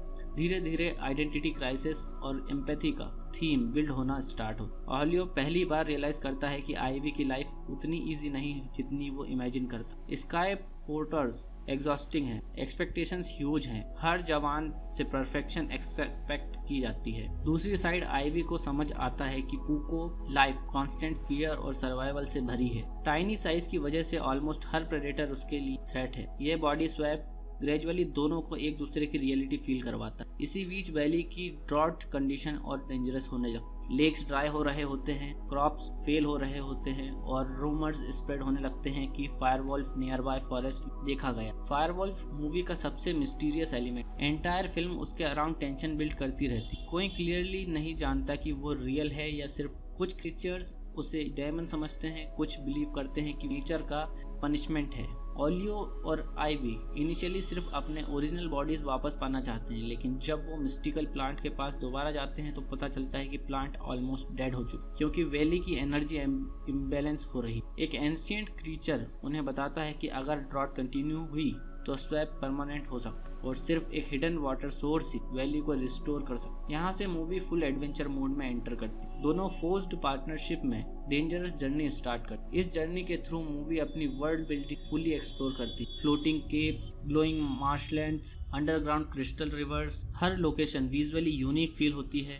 नाथन ग्रेनो का डायरेक्शन यहाँ क्लियरली शाइन करता है। Survival sequences genuinely Disney style cinematic magic feel देते हैं। जर्नी का दौरान सपोर्टिंग कैरेक्टर्स भी एंटर हो। ट्रेसी मॉर्गन का कैरेक्टर वूगल स्पेशली स्टैंड आउट करता है। वूगल एक weird but hilarious scavenger creature है जो हाफ टाइम फेक स्टोरीज सुनाता रहता है और half time accidentally useful information दे देता है। उसकी कॉमेडी टाइमिंग मूवी को लाइटर टोन देती। जब नैरेटिव डार्कर होता स्टार्ट होता है, क्रेडिट द एंटरटेनर का कैरेक्टर एक ओल्ड वंडरर है जो वैली के फॉरगेटन हिस्ट्री के बारे में जानता। उसके डायलॉग सटल और शेडोइंग से भरे होते हैं। मूवी का इमोशनल कोर स्लोली स्ट्रॉन्गर होता जाता है। एक सीन में आईवी पहली बार ओलियो के फैमिली क्लैन को देखती है जो ड्रॉट की वजह से फूड रेशन कर रहा होता है। टाइनी पोको चिल्ड्रन फियर में रहता है क्योंकि प्रेडेटर्स उन्हें इजीली प्रे समझते हैं। आईवी को रियलाइज होता है कि प्रिविलेज्ड स्काई लाइफ ने उसे ग्राउंडेड रियलिटी से डिस्कनेक्टेड बना दिया था। दूसरी साइड ओलियो एक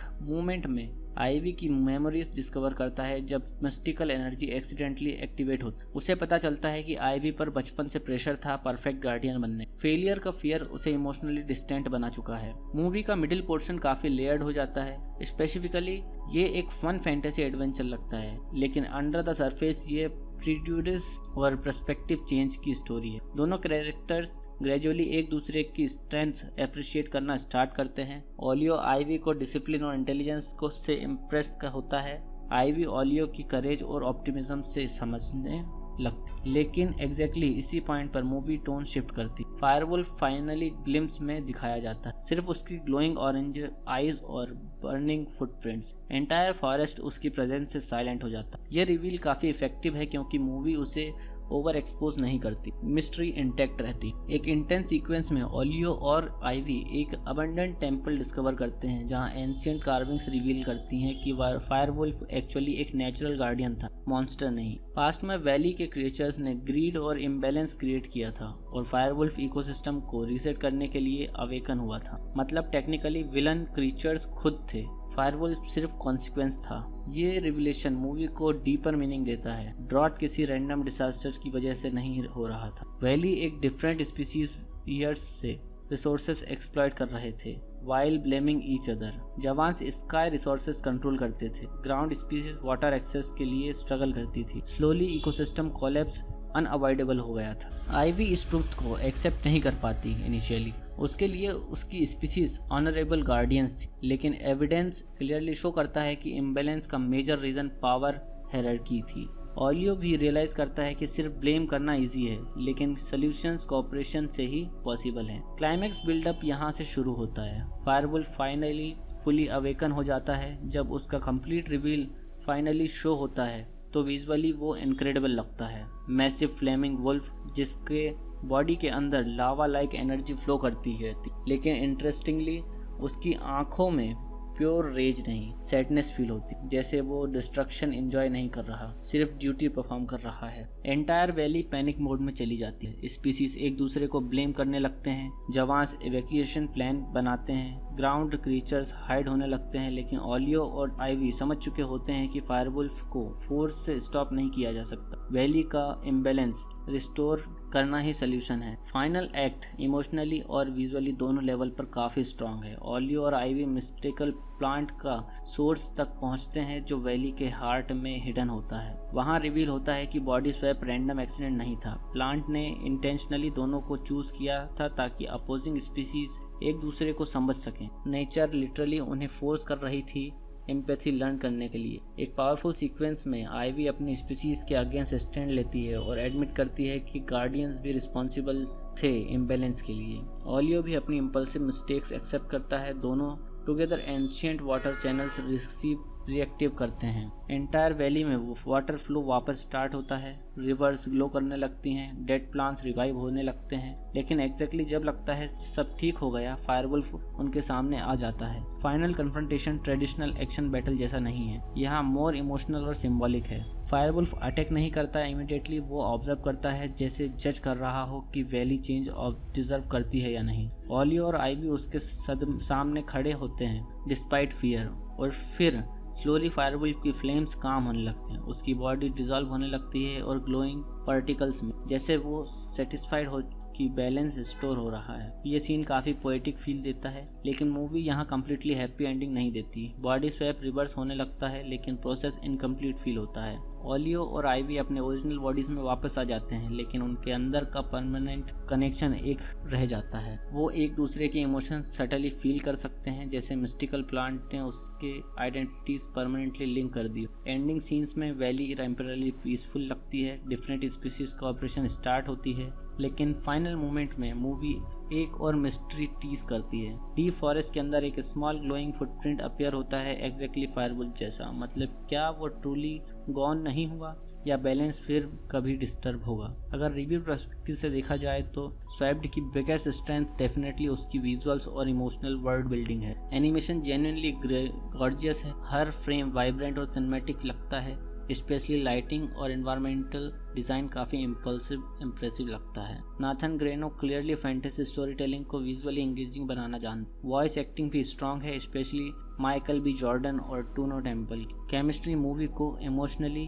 ग्राउंडेड रखती है। मूवी का साउंड ट्रैक भी काफ़ी ग्राउंडेड एलिमेंट है। सॉफ्ट ऑर्केस्ट्रल म्यूजिक और ट्राइबल फैंटेसी टोन्स सीन्स को इमर्सिव बना देते हैं। फायरवुल्फ related themes specially haunting feel देते हैं। एक्शन सीन्स स्मूथ हैं, लेकिन मूवी का फोकस इमोशनल स्टोरी टेलिंग पर ज़्यादा है। हाँ, क्रिटिक्स का एक पॉइंट वैलिड था कि body swap trope completely fresh नहीं लगता। कुछ स्टोरी बीट्स प्रेडिक्टेबल फील होते हैं। ऑडियंस इजीली गैस कर सकती है कि एनिमीज इवेंचुअली फ्रेंड्स बनेंगे, लेकिन मूवी की एग्जीक्यूशन और इमोशनल सीनरी उस फेमिलियर फार्मूला को एंटरटेनिंग बना देती। ये फिल्म ओरिजिनली से ज़्यादा एक्सपीरियंस पर रिले करती। ऑडियंस रिस्पॉन्स जनरली पॉजिटिव रहा।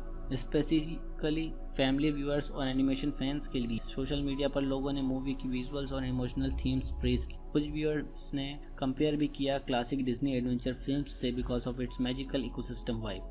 किड्स को कम्प्लीटली कॉमेडी और क्रिएचर्स पसंद आए, जबकि adults deeper emotional environmental themes appreciate कर रहे थे। इंटरेस्टिंग फैक्ट यह भी है कि स्वैप्ड एक कॉन्सेप्ट रिपोर्टेडली काफ़ी टाइम डेवलपमेंट में रहा और स्काईडांस एनिमेशन ने स्पेशली वर्ल्ड बिल्डिंग पर हैवी फोकस किया था। द वैली को डिज़ाइन करने के लिए एनिमेटर्स ने रियल फॉरेस्ट, बायोल्यूमिनेसेंट और एक्सोटिक बर्ड्स से इंस्पिरेशन ली थी। फायरवुल्फ का डिज़ाइन भी मल्टीपल माइथोलॉजिकल क्रीचर्स और वायलेंस वॉल्केनिक इमेजिनरी कंबाइन करके क्रिएट हुआ था। एक और हिडन डिटेल जो अटेंटिव व्यूअर्स को नोटिस की वो ये थी कि मूवी के background symbols continuously ecosystem imbalance fresh shadow create करते। स्टार्टिंग सीन्स में ही ड्राइड रूट्स और क्रैक्ड वाटर स्टोन्स सटली दिखते हैं। इवन कलर पैलेट बिगनिंग में सटली वार्मर और अनहेल्दी टोन्स यूज करता है, जबकि क्लाइमेक्स के बाद ब्लूज और ग्रीन्स ब्राइटर हो जाते हैं। ओलियो और आइवी का रिलेशनशिप भी सरप्राइजिंगली मैच्योर फील होता है। मूवी अननेसेसरी रोमांस कुछ नहीं करती, इंस्टेड फोकस ट्रस्ट और अंडरस्टैंडिंग पर रहती। ये चॉइस स्टोरी को स्ट्रॉन्गर बनाता है क्योंकि इमोशनल कनेक्शन नेचुरली बिल्ड होता है रेदर देन फोर्स्ड केमिस्ट्री। एक ऐसी दुनिया इमेजिन करो जहाँ जंगल के अंदर हर चीज जिंदा फील होती, हवा भी, पानी भी और पेड़ों की सांसें भी। लेकिन इसी खूबसूरत दुनिया के बीच एक ऐसा राज छुपा हो जो सिर्फ एक गलती से पूरे इकोसिस्टम को बर्बाद कर सकता। और फिर एक दिन दो जानवर जो एक दूसरे को देखना भी पसंद नहीं करते, एक मिस्टिकल प्लांट की वजह से अपनी बॉडी स्वैप कर लेते हैं। सोचो, तुम्हारी आंखों के सामने तुम्हारी आइडेंटिटी ही छिन जाए, तुम्हारी आवाज, तुम्हारी स्पीड, तुम्हारी स्ट्रेंथ, सब कुछ किसी और का हो जाए और उसके बाद तुम्हें उसी इंसान के साथ मिलकर सरवाइव करना पड़े जिसे तुम अपना सबसे बड़ा एनिमी समझते। स्वैप्ड सिर्फ एक एनिमेटेड कॉमेडी नहीं है, ये सर्वाइवल, आइडेंटिटी, ट्रस्ट और नेचर के बैलेंस की स्टोरी है जो धीरे धीरे एक इनोसेंट एडवेंचर से डार्क मिस्ट्री में ट्रांसफॉर्म होती। 2026 में रिलीज हुई स्वैप्ड को डायरेक्ट किया है नाथन ग्रेनो ने, जो डिज्नी की लेजेंडरी एनिमेटेड फिल्म टैंगल्ड के डायरेक्टर भी रह चुके हैं। ये मूवी स्काईडांस एनिमेशन के अंडर बनी है और नेटफ्लिक्स पर एक्सक्लूसिवली रिलीज हुई थी 1 मई 2026 को। रन टाइम लगभग 1 घंटा 42 मिनट का है, लेकिन विजुअली ये मूवी इतनी डिटेल्ड और इमर्सिव फील होती है कि ऑडियंस ऑलमोस्ट द वैली नाम की फैंटेसी दुनिया का हिस्सा बन जाती। वॉइस कास्ट भी काफी इंटरेस्टिंग है, जहां माइकल बी जॉर्डन ने ओलियो का वॉइस दी है, जूनो टेम्पल ने आइवी को, और सपोर्टिंग कास्ट में Tracy Morgan, cardiac the entertainer और जस्टिना मकाडो जैसे टैलेंटेड एक्टर्स इंक्लूडेड हैं। रिलीज के बाद क्रिटिक्स का रिएक्शन मिक्स्ड रहा। कुछ लोगों ने मूवी की विजुअल्स और वर्ल्ड बिल्डिंग को ब्रेथटेकिंग बोला, जबकि कुछ क्रिटिक्स ने कहा कि बॉडी स्वैप ट्रूप फ्लेमिलियर लगता है। लेकिन ऑनेस्टली अगर आप सिनेमैटिक एनिमेटेड एडवेंचर्स एंजॉय करते हो जहां इमोशंस और फैंटेसी नेचुरली ब्लेंड होते हैं, तो ये मूवी काफी इंगेजिंग एक्सपीरियंस देती। मूवी की शुरुआत होती है द वैली से, एक मैजिकल इकोसिस्टम जो इतना कलरफुल और अलाइव लगता है कि हर फ्रेम वॉलपेपर जैसा फील दे। फ्लोटिंग स्पोर्ट्स हवा में ग्लो कर रहे हैं, रिवर्स नियॉन ब्लू शाइन करती और जाइंट ट्रीज लिटरली क्लाउड्स के ऊपर तक जाते दिखते हैं। लेकिन इस पैराडाइज के अंदर एक साइलेंट प्रॉब्लम स्लोली ग्रो कर रही। पानी कम हो रहा है, रिवर्स ड्राई होने लगती हैं, क्रीचर्स माइग्रेट कर रहे हैं और जंगल के एल्डर्स एक पुरानी प्रोफेसी की बात करने लगे। फायरवुल्फ की प्रोफेसी एक लेजेंडरी प्रेडेटर जो सपोर्टेड तब लौट कर आता है जब वैली का बैलेंस टूटने लगता। इसी इन्वायरमेंट में हम मिलते हैं ओलियो से। ओलियो एक पुक्यू है, स्मॉल वुडलैंड क्रीचर जो हाइपर एक्टिव, क्यूरियस और थोड़ा रेकलेस नेचर का होता। माइकल बी जॉर्डन की वॉइस एक्टिंग कैरेक्टर को काफी एनर्जेटिक पर्सनैलिटी देती। ओलियो हर चीज को एडवेंचर समझता है, रूल्स फॉलो करना उसके लिए बोरिंग है। उसका फैमिली क्लैन हमेशा सर्वाइवल मोड में रहता है क्योंकि प्रोकोस नेचुरली वीकर स्पीसीज मानी जाती। इसलिए ओलियो का ड्रीम होता है प्रूव करना कि वो सिर्फ एक स्केर्ड क्रीचर नहीं। लेकिन प्रॉब्लम यह है कि उसकी इम्पल्सिव पर्सनालिटी उसे बार बार डेंजर में डाल देती। दूसरी साइड पर हम देखते हैं आइवी को। आइवी एक मैजेस्टिक ब्राइट ग्रीन बर्ड है जिसे जवान स्पीसीज बोला जाता है। जवान्स वैली का स्काई गार्डियंस माने जाते हैं। वो एलिगेंट, डिसिप्लिन्ड और प्राउड होते हैं। आइवी का कैरेक्टर ओलियो के कंप्लीट अपोजिट है, काम, इंटेलिजेंट और इमोशनली ग्राउंडेड। उसकी स्पीसीज पोकोस को नॉनसेंस समझती और ऑनेस्टली आइवी भी एग्जैक्टली वही सोचते। उसके लिए ओलियो जैसे क्रीचर्स इररिस्पॉन्सिबल और केओटिक होते हैं जो इकोसिस्टम को और अनस्टेबल बना देते हैं। मूवी का फर्स्ट मेजर इंटरेक्शन तब होता है जब oleo secretly restricted forest area में घुस जाता है। वहाँ एक ग्रोइंग मैजेस्टिकल प्लांट होता है जिसके बारे में लेजेंड्स हैं कि उसमें एंशिएंट एनर्जी एग्जिस्ट करती। ओलियो नेचुरली क्यूरियोसिटी में उस प्लांट को टच कर लेता है। उसी मोमेंट आईवी भी वहां आ जाती है क्योंकि उसका काम सेक्रेट जोन्स प्रोटेक्ट करना होता है। दोनों की आर्ग्यूमेंट इंस्टेंटली स्टार्ट हो जाती है। आईवी उसे ब्लेम करती है कि उसकी स्टुपिडिटी की वजह से वैली और अनस्टेबल हो सकता। ओलियो भी डिफेंसिव हो जाता है और फिर एक्सीडेंटली दोनों मेस्टिकल रूट्स के अंदर घुस जाते हैं। जो सीन उसके बाद आता है वो विजुअली मूवी का सबसे क्रिएटिव सीक्वेंस है। एंटायर स्क्रीन कलर्स और डिस्टॉर्टेड एनर्जी वेव्स से फिल हो जाती है। फॉरेस्ट लिटरली रिएक्ट करने लगता है, ट्रीज शेक करते हैं, ग्लोइंग स्पोर्स एक्सप्लोड करते हैं और फिर सडन साइलेंस। नेक्स्ट मॉर्निंग जब ओलियो उठता है तो उसे रियलाइज होता है कि उसके विंग्स हैं और आईवी जब अपनी रिफ्लेक्शन देखती है तो वो स्क्रीम कर उठ क्योंकि अब वो एक टाइनी पोको बॉडी में ट्रैप्ड है। इनिशियली ये सीक्वेंस कॉमेडी से भरा हुआ है। ओलियो फ्लाइंग कंट्रोल नहीं कर पाता, बार बार क्रैश करता है। आईवी ग्राउंड पे बैलेंस लूज करती रहती है, लेकिन मूवी स्मार्टली कॉमेडी को सिर्फ सरफेस लेवल पे यूज करती।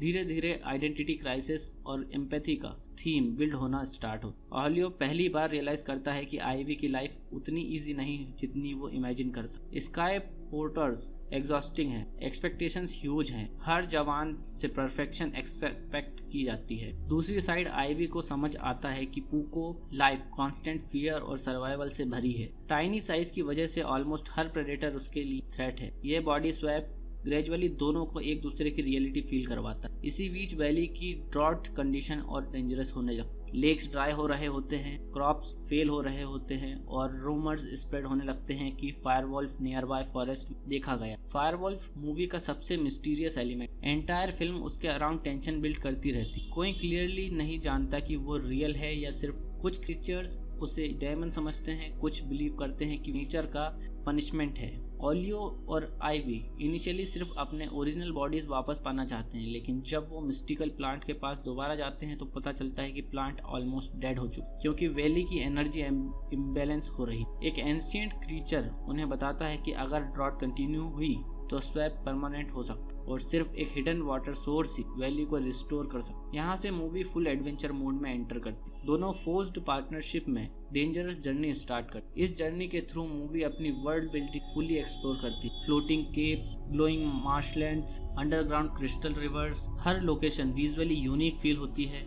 नाथन ग्रेनो का डायरेक्शन यहाँ क्लियरली शाइन करता है। Survival sequences genuinely Disney style cinematic magic feel देते हैं। जर्नी का दौरान सपोर्टिंग कैरेक्टर्स भी एंटर हो। ट्रेसी मॉर्गन का character Google specially stand out करता है। गूगल एक weird but hilarious scavenger creature है जो हाफ टाइम फेक स्टोरीज सुनाता रहता है और half time accidentally useful information दे देता है। उसकी कॉमेडी टाइमिंग मूवी को लाइटर टोन देती। जब नैरेटिव डार्कर होता स्टार्ट होता है, क्रेडिट द एंटरटेनर का कैरेक्टर एक ओल्ड वंडरर है जो वैली के फॉरगेटन हिस्ट्री के बारे में जानता। उसके डायलॉग सटल फोरशैडोइंग से भरे होते हैं। मूवी का इमोशनल कोर स्लोली स्ट्रॉन्गर होता जाता है। एक सीन में आईवी पहली बार ओलियो के फैमिली क्लैन को देखती है जो ड्रॉट की वजह से फूड रेशन कर रहा होता है। टाइनी पोको चिल्ड्रन फियर में रहता है क्योंकि प्रेडेटर्स उन्हें इजीली प्रे समझते हैं। आईवी को रियलाइज होता है कि प्रिविलेज्ड स्काई लाइफ ने उसे ग्राउंडेड रियलिटी से डिस्कनेक्टेड बना दिया था। दूसरी साइड ओलियो एक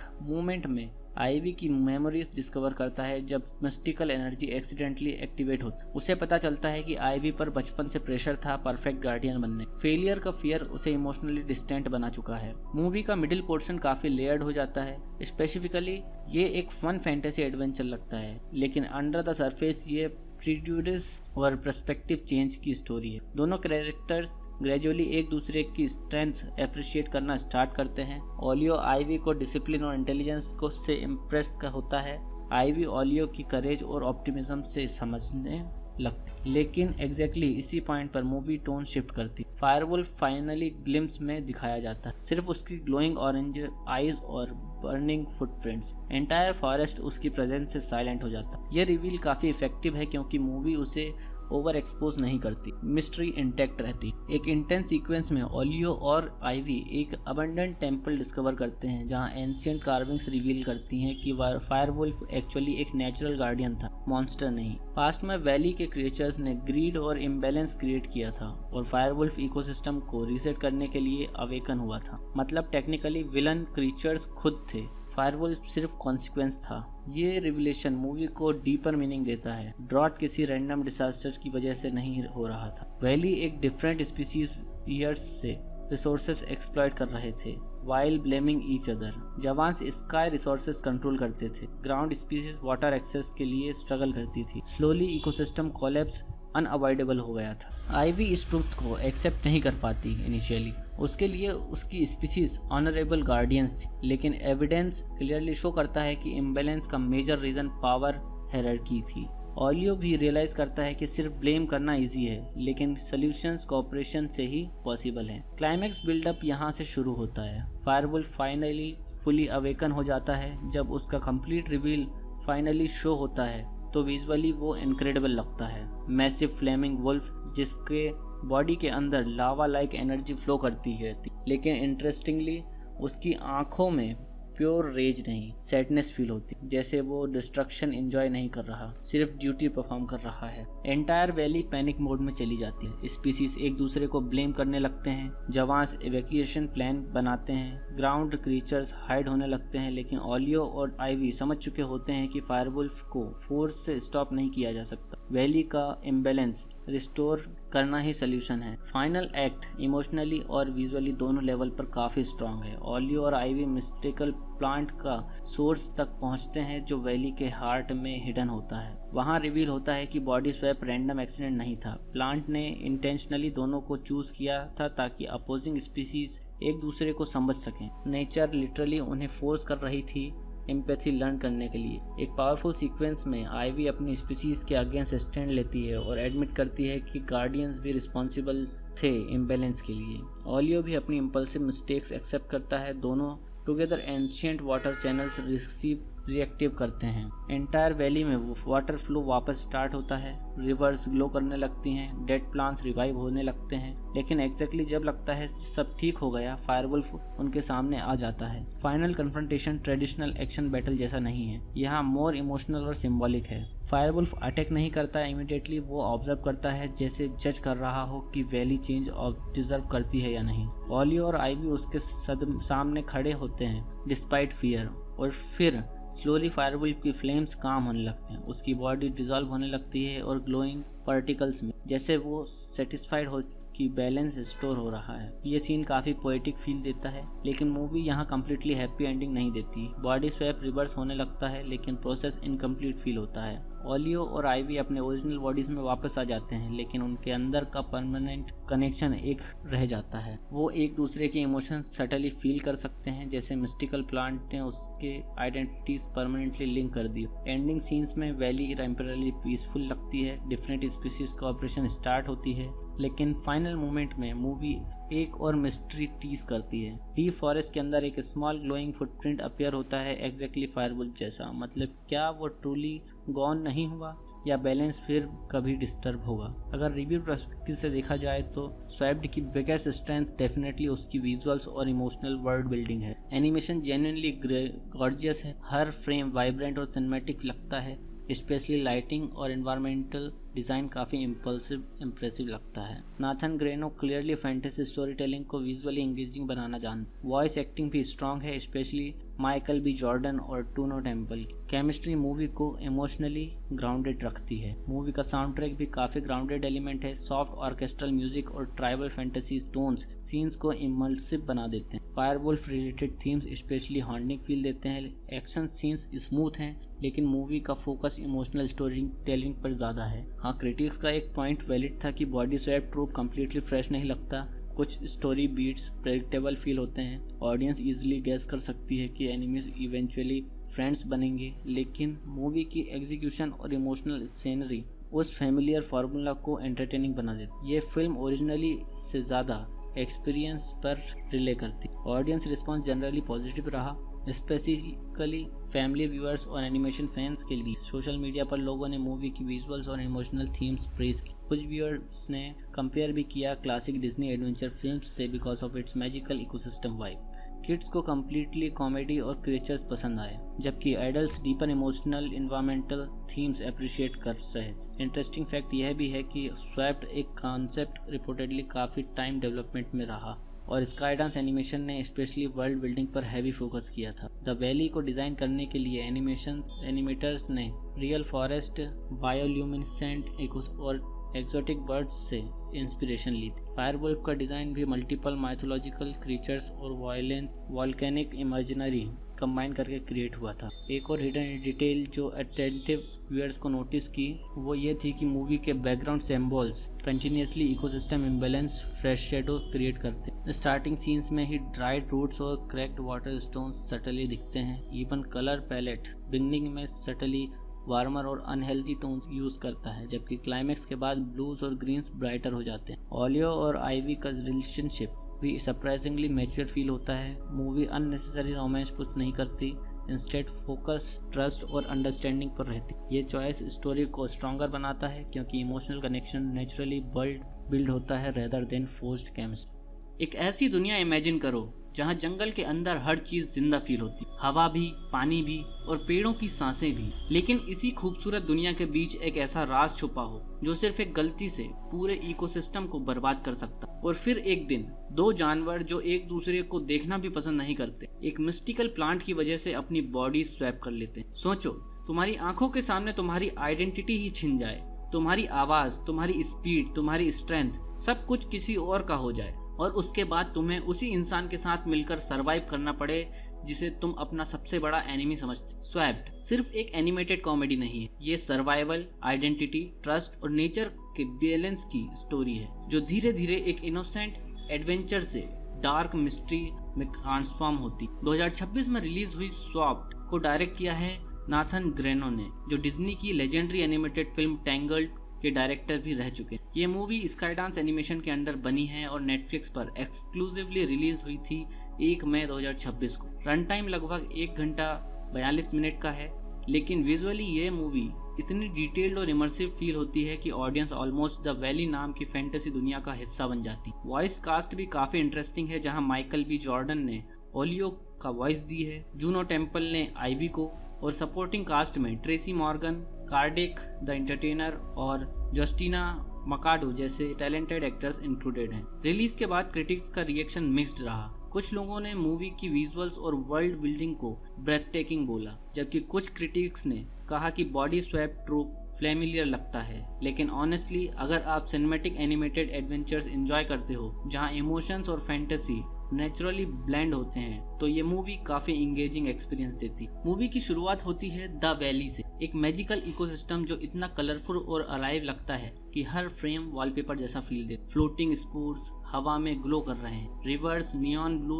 शाइन करती और जाइंट ट्रीज लिटरली क्लाउड्स के ऊपर तक जाते दिखते हैं। लेकिन इस पैराडाइज के अंदर एक साइलेंट प्रॉब्लम स्लोली ग्रो कर रही। पानी कम हो रहा है, रिवर्स ड्राई होने लगती हैं, क्रीचर्स माइग्रेट कर रहे हैं और जंगल के एल्डर्स एक पुरानी प्रोफेसी की बात करने लगते। फायरवुल्फ की प्रोफेसी एक लेजेंडरी प्रेडेटर जो सपोर्टेड तब लौट कर आता है जब वैली का बैलेंस टूटने लगता। इसी इन्वायरमेंट में हम मिलते हैं ओलियो से। ओलियो एक पुक्यो है, स्मॉल वुडलैंड क्रीचर जो हाइपर एक्टिव, क्यूरियस और थोड़ा रेकलेस नेचर का होता। माइकल बी जॉर्डन की वॉइस एक्टिंग कैरेक्टर को काफी एनर्जेटिक पर्सनैलिटी देती। ओलियो हर चीज को एडवेंचर समझता है, रूल्स फॉलो करना उसके लिए बोरिंग है। उसका फैमिली क्लैन हमेशा सर्वाइवल मोड में रहता है क्योंकि प्रोकोस नेचुरली वीकर स्पीसीज मानी जाती। इसलिए ओलियो का ड्रीम होता है प्रूव करना कि वो सिर्फ एक स्केर्ड क्रीचर नहीं। लेकिन प्रॉब्लम यह है कि उसकी इम्पल्सिव पर्सनालिटी उसे बार बार डेंजर में डाल देती। दूसरी साइड पर हम देखते हैं आइवी को। आइवी एक मैजेस्टिक ब्राइट ग्रीन बर्ड है जिसे जवान स्पीसीज बोला जाता है। जवान्स वैली का स्काई गार्डियंस माने जाते हैं। वो एलिगेंट, डिसिप्लिन्ड और प्राउड होते हैं। आइवी का कैरेक्टर ओलियो के कंप्लीट अपोजिट है,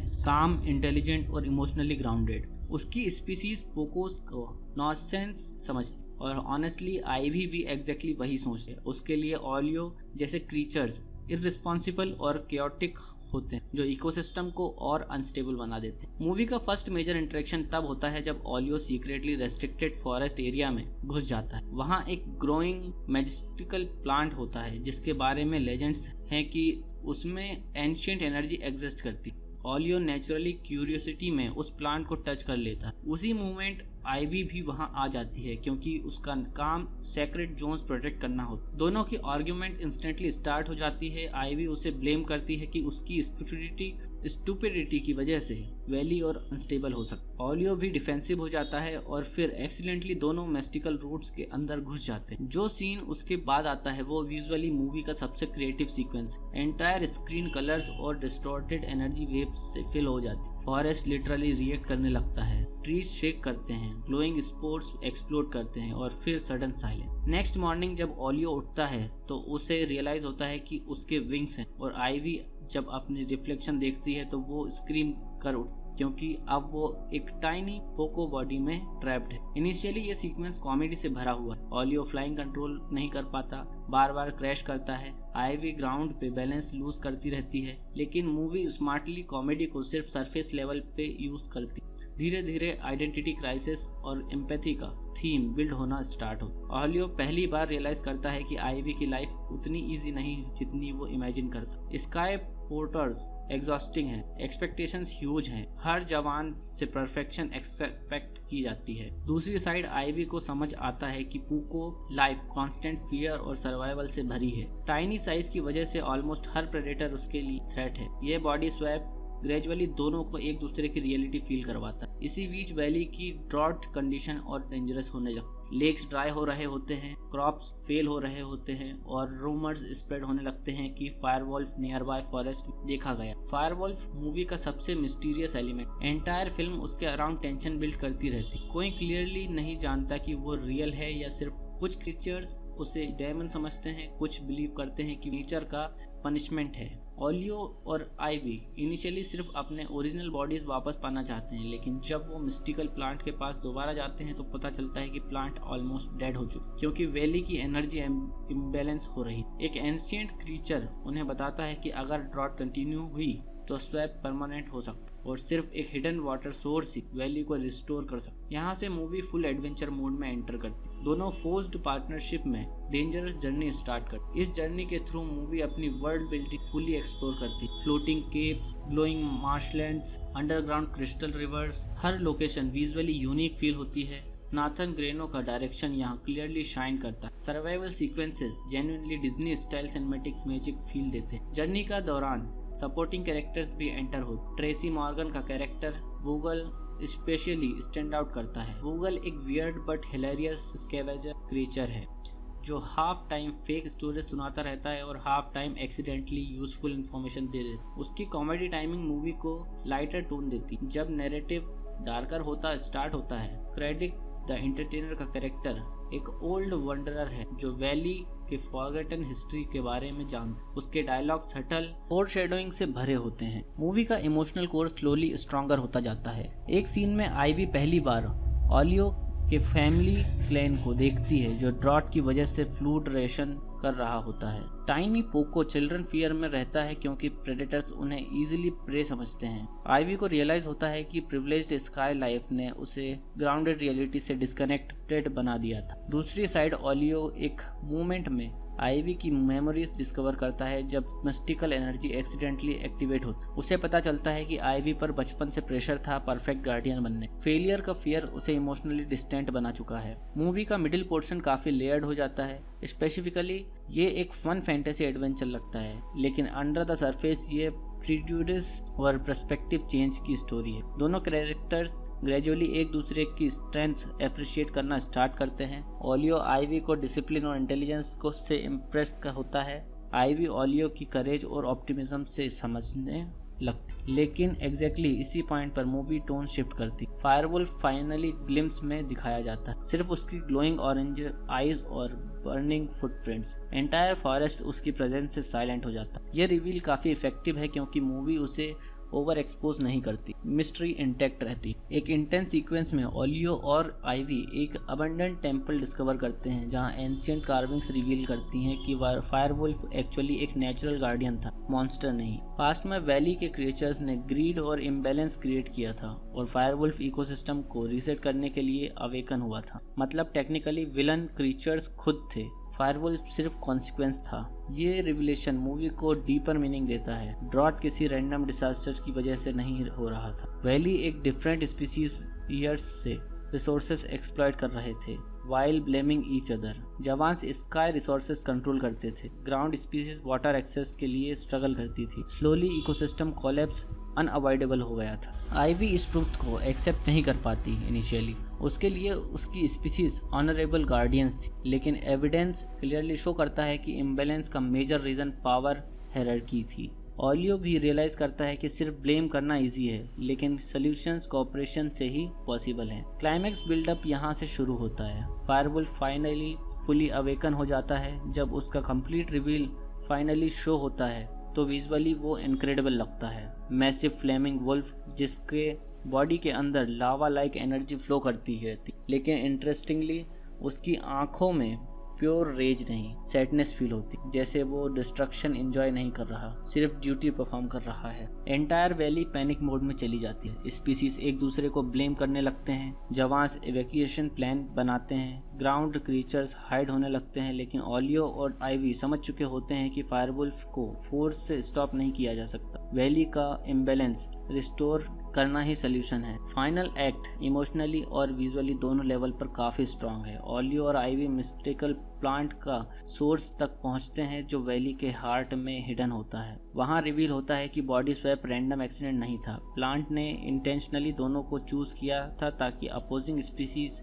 एक दूसरे को समझ सकें। नेचर लिटरली उन्हें फोर्स कर रही थी एम्पैथी लर्न करने के लिए। एक पावरफुल सीक्वेंस में आइवी अपनी स्पीसीज के अगेंस्ट स्टैंड लेती है और एडमिट करती है कि गार्डियंस भी रिस्पॉन्सिबल थे इम्बैलेंस के लिए। ओलियो भी अपनी इम्पल्सिव मिस्टेक्स एक्सेप्ट करता है। दोनों together ancient water channels reactive करते हैं। एंटायर वैली में वो वाटर फ्लो वापस स्टार्ट होता है, रिवर्स ग्लो करने लगती हैं, डेड प्लांट्स रिवाइव होने लगते हैं, लेकिन एग्जैक्टली जब लगता है सब ठीक हो गया, फायरवुल्फ उनके सामने आ जाता है। Final confrontation traditional action battle जैसा नहीं है, यहाँ मोर इमोशनल और सिंबॉलिक है। फायरवुल्फ अटैक नहीं करता इमीडिएटली, वो ऑब्जर्व करता है जैसे जज कर रहा हो कि वैली चेंज डिजर्व करती है या नहीं। ओलियो और आइवी उसके सामने खड़े होते हैं डिस्पाइट फियर, और फिर स्लोली फायरवुल्फ की फ्लेम्स काम होने लगते हैं, उसकी बॉडी डिजॉल्व होने लगती है और ग्लोइंग पार्टिकल्स में, जैसे वो सेटिस्फाइड हो कि बैलेंस स्टोर हो रहा है। ये सीन काफी पोएटिक फील देता है, लेकिन मूवी यहाँ कम्प्लीटली हैप्पी एंडिंग नहीं देती। बॉडी स्वैप रिवर्स होने लगता है, लेकिन प्रोसेस इनकम्प्लीट फील होता है। ओलियो और आइवी अपने ओरिजिनल बॉडीज में वापस आ जाते हैं, लेकिन उनके अंदर का परमानेंट कनेक्शन एक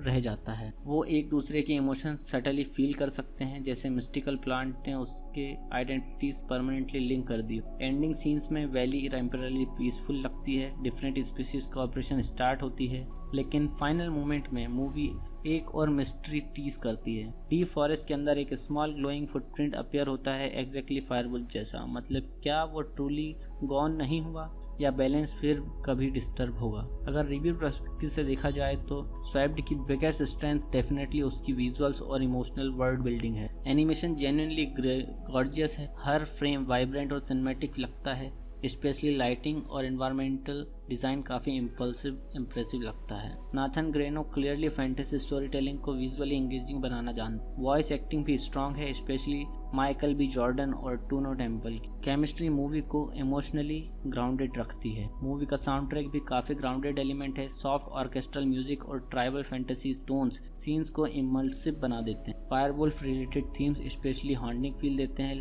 एक्शन सीन्स स्मूथ हैं, लेकिन मूवी का फोकस इमोशनल स्टोरी टेलिंग पर ज़्यादा है। हाँ, क्रिटिक्स का एक पॉइंट वैलिड था कि body swap trope completely fresh नहीं लगता, कुछ स्टोरी बीट्स प्रेडिक्टेबल फील होते हैं, ऑडियंस इजीली गैस कर सकती है कि एनिमीज इवेंचुअली फ्रेंड्स बनेंगे, लेकिन मूवी की एग्जीक्यूशन और इमोशनल सीनरी उस फैमिलियर फार्मूला को एंटरटेनिंग बना देती। ये फिल्म ओरिजिनली से ज़्यादा एक्सपीरियंस पर रिले करती। ऑडियंस रिस्पॉन्स जनरली पॉजिटिव रहा, स्पेसिफिकली फैमिली व्यूअर्स और एनिमेशन फैंस के लिए। सोशल मीडिया पर लोगों ने मूवी की विजुअल्स और इमोशनल थीम्स प्रेज की। कुछ व्यूअर्स ने कंपेयर भी किया क्लासिक डिज्नी एडवेंचर फिल्म्स से because of its magical ecosystem vibe.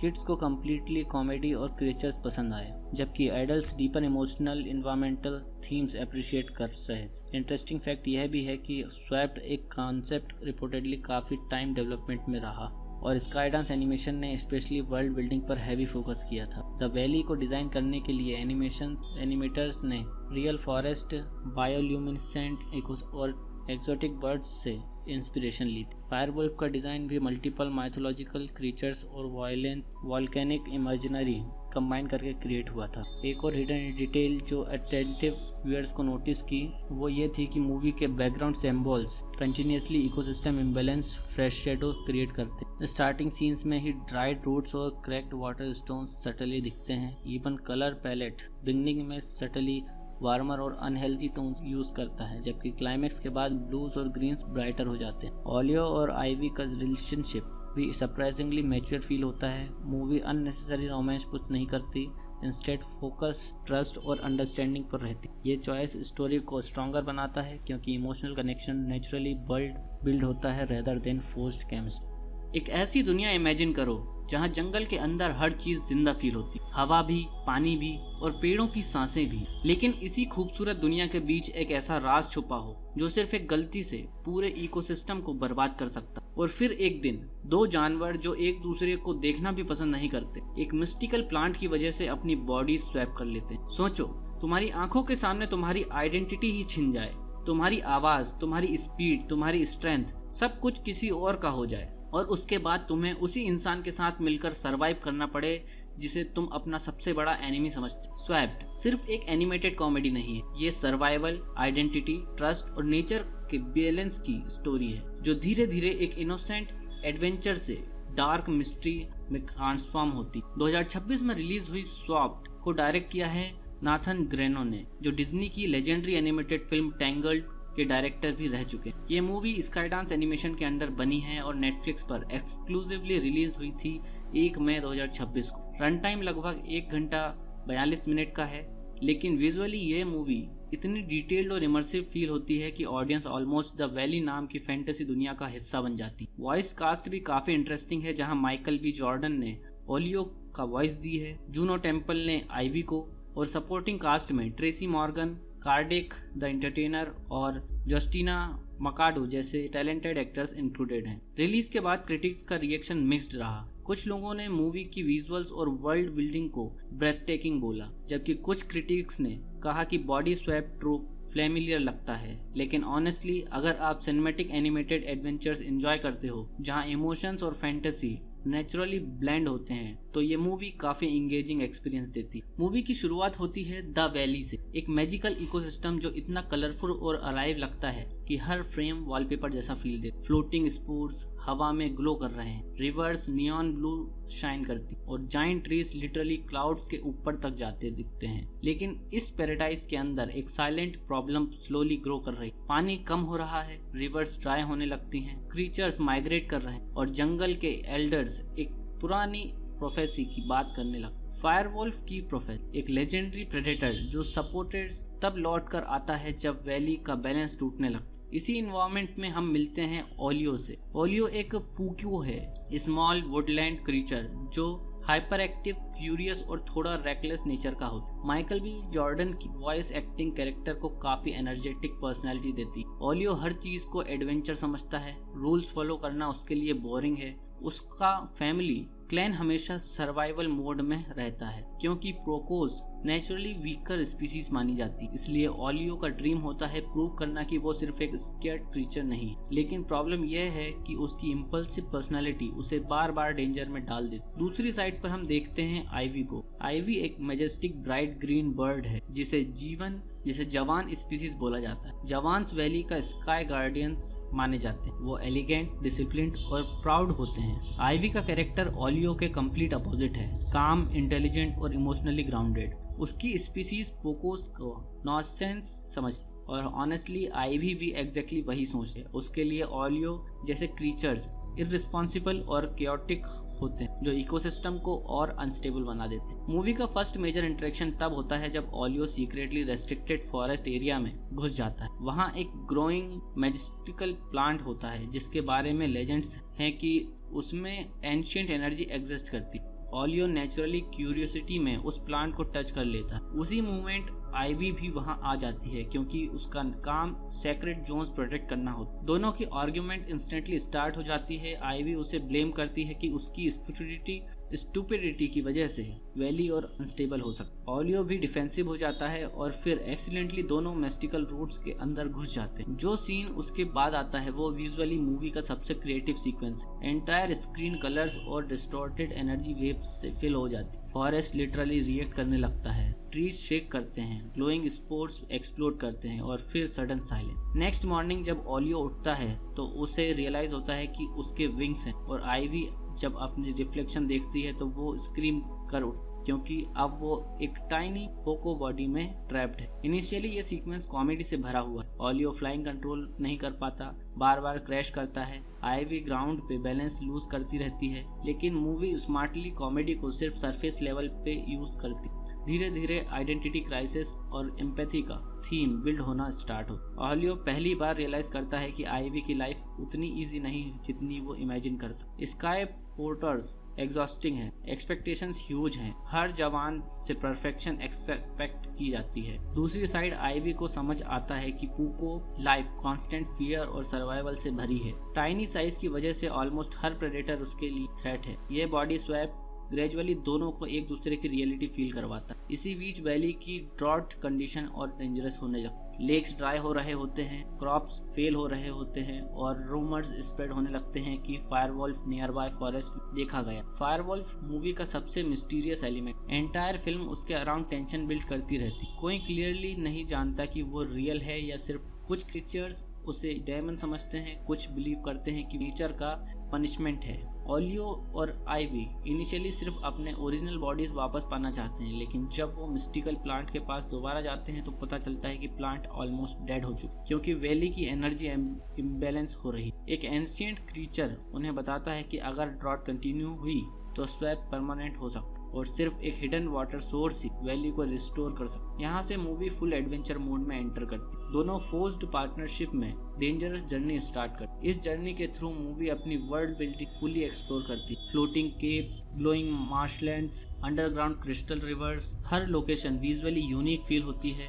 Nathan Greno का डायरेक्शन यहाँ क्लियरली शाइन करता है। Survival sequences genuinely Disney style cinematic magic feel देते हैं। जर्नी का दौरान सपोर्टिंग कैरेक्टर्स भी एंटर हो। ट्रेसी मॉर्गन का कैरेक्टर वूगल स्पेशली स्टैंड आउट करता है। वूगल एक weird but hilarious scavenger creature है जो हाफ टाइम फेक स्टोरीज सुनाता रहता है और half time accidentally useful information दे देता है। उसकी कॉमेडी टाइमिंग मूवी को लाइटर टोन देती जब नैरेटिव डार्कर होता स्टार्ट होता है। क्रेडिट द एंटरटेनर का कैरेक्टर एक ओल्ड वंडरर है जो वैली के फॉरगेटन हिस्ट्री के बारे में जानता। उसके डायलॉग सटल और शेडोइंग से भरे होते हैं। मूवी का इमोशनल कोर स्लोली स्ट्रॉन्गर होता जाता है। एक सीन में आईवी पहली बार ओलियो के फैमिली क्लैन को देखती है जो ड्रॉट की वजह से फ्लूड रेशन कर रहा होता है। टाइनी पोको चिल्ड्रन फियर में रहता है क्योंकि प्रेडेटर्स उन्हें इजीली प्रे समझते हैं। आईवी को रियलाइज होता है कि प्रिविलेज्ड स्काई लाइफ ने उसे ग्राउंडेड रियलिटी से डिस्कनेक्टेड बना दिया था। दूसरी साइड ओलियो एक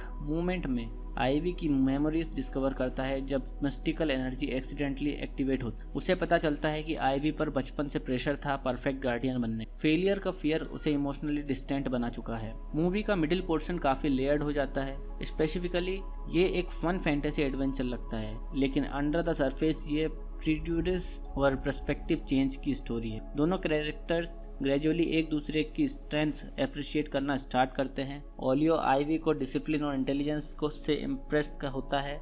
आईवी ओलियो की करेज और ऑप्टिमिज्म से समझने लगती, लेकिन एग्जैक्टली इसी पॉइंट पर मूवी टोन शिफ्ट करती। फायरवुल्फ फाइनली ग्लिम्स में दिखाया जाता है, सिर्फ उसकी ग्लोइंग ऑरेंज आईज और बर्निंग फुटप्रिंट्स। एंटायर फॉरेस्ट उसकी प्रेजेंस से साइलेंट हो जाता है। यह रिवील काफी इफेक्टिव है क्योंकि मूवी उसे ओवर एक्सपोज नहीं करती, मिस्ट्री इंटैक्ट रहती। एक इंटेंस सीक्वेंस में ओलियो और आइवी एक अबंडेंट टेम्पल डिस्कवर करते हैं जहां एंशिएंट कार्विंग्स रिवील करती हैं कि फायरवुल्फ एक्चुअली एक नेचुरल गार्डियन था, मॉन्स्टर नहीं। पास्ट में वैली के क्रिएचर्स ने ग्रीड और इम्बैलेंस क्रिएट किया था और फायरवुल्फ इकोसिस्टम को रीसेट करने के लिए अवेकन हुआ था। मतलब टेक्निकली विलन क्रिएचर्स खुद थे, फायरवुल्फ सिर्फ कॉन्सिक्वेंस था। ये रिविलेशन मूवी को डीपर मीनिंग देता है। ड्रॉट किसी रैंडम डिजास्टर की वजह से नहीं हो रहा था। वैली एक डिफरेंट स्पीसीज ईयर्स से रिसोर्सेज एक्सप्लॉइट कर रहे थे while blaming each other. Jawans sky resources control करते थे, ग्राउंड स्पीसीज वाटर एक्सेस के लिए स्ट्रगल करती थी। स्लोली इकोसिस्टम कोलैप्स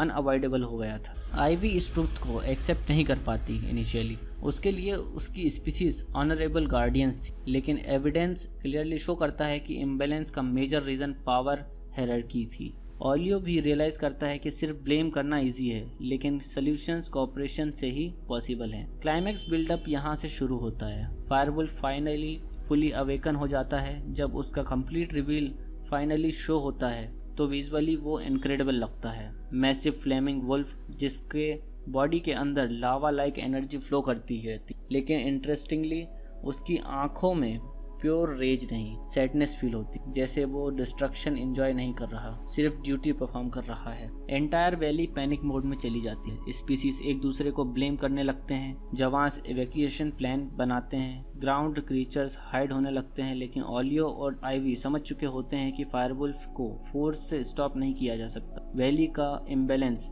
रिस्टोर करना ही सोल्यूशन है। फाइनल एक्ट इमोशनली और विजुअली दोनों लेवल पर काफ़ी स्ट्रांग है। ओलियो और आइवी मिस्टिकल प्लांट का सोर्स तक पहुंचते हैं जो वैली के हार्ट में हिडन होता है। वहां रिवील होता है कि बॉडी स्वैप रैंडम एक्सीडेंट नहीं था, प्लांट ने इंटेंशनली दोनों को चूज किया था ताकि अपोजिंग स्पीसीज एक दूसरे को समझ सकें। नेचर लिटरली उन्हें फोर्स कर रही थी एम्पैथी लर्न करने के लिए। एक पावरफुल सीक्वेंस में आइवी अपनी स्पीसीज के अगेंस्ट स्टैंड लेती है और एडमिट करती है कि गार्डियंस भी रिस्पॉन्सिबल थे इम्बैलेंस के लिए। ओलियो भी अपनी इम्पल्सिव मिस्टेक्स एक्सेप्ट करता है। दोनों together ancient water channels reactive करते हैं। एंटायर वैली में वो वाटर फ्लो वापस स्टार्ट होता है, रिवर्स ग्लो करने लगती हैं, डेड प्लांट्स रिवाइव होने लगते हैं, लेकिन एग्जैक्टली जब लगता है सब ठीक हो गया, फायरवुल्फ उनके सामने आ जाता है। Final confrontation traditional action battle जैसा नहीं है, यहाँ मोर इमोशनल और सिंबॉलिक है। फायरवुल्फ अटैक नहीं करता इमीडिएटली, वो ऑब्जर्व करता है जैसे जज कर रहा हो कि वैली चेंज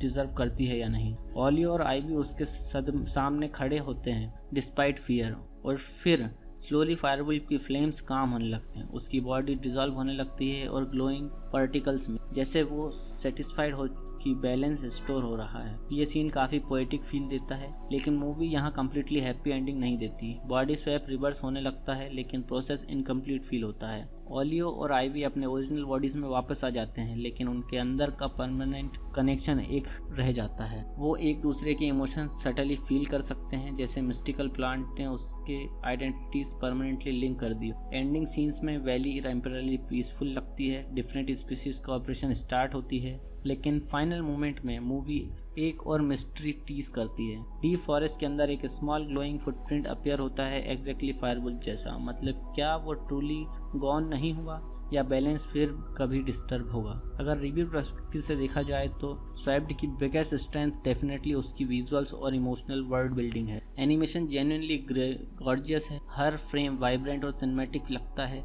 स्पेशली लाइटिंग और एनवायरमेंटल डिज़ाइन काफ़ी इम्प्रेसिव लगता है। Nathan Greno clearly fantasy story telling को विजुअली एंगेजिंग बनाना जानते। वॉइस एक्टिंग भी स्ट्रॉन्ग है, स्पेशली माइकल बी जॉर्डन और टूनो टेम्पल की केमिस्ट्री मूवी को इमोशनली ग्राउंडेड रखती है। मूवी का साउंड ट्रैक भी काफ़ी ग्राउंडेड एलिमेंट है, सॉफ्ट ऑर्केस्ट्रल म्यूजिक और ट्राइबल फैंटेसी टोन्स सीन्स को इमर्सिव बना देते हैं। फायरवुल्फ related themes specially haunting feel देते हैं। एक्शन सीन्स स्मूथ हैं, लेकिन मूवी का फोकस इमोशनल स्टोरी टेलिंग पर ज़्यादा है। हाँ, क्रिटिक्स का एक पॉइंट वैलिड था कि body swap trope completely fresh नहीं लगता, कुछ स्टोरी बीट्स प्रेडिक्टेबल फील होते हैं, ऑडियंस इजीली गेस कर सकती है कि एनिमीज इवेंचुअली फ्रेंड्स बनेंगे, लेकिन मूवी की एग्जीक्यूशन और इमोशनल सीनरी उस फैमिलियर फार्मूला को एंटरटेनिंग बना देती। ये फिल्म ओरिजिनली से ज़्यादा एक्सपीरियंस पर रिले करती। ऑडियंस रिस्पॉन्स जनरली पॉजिटिव रहा।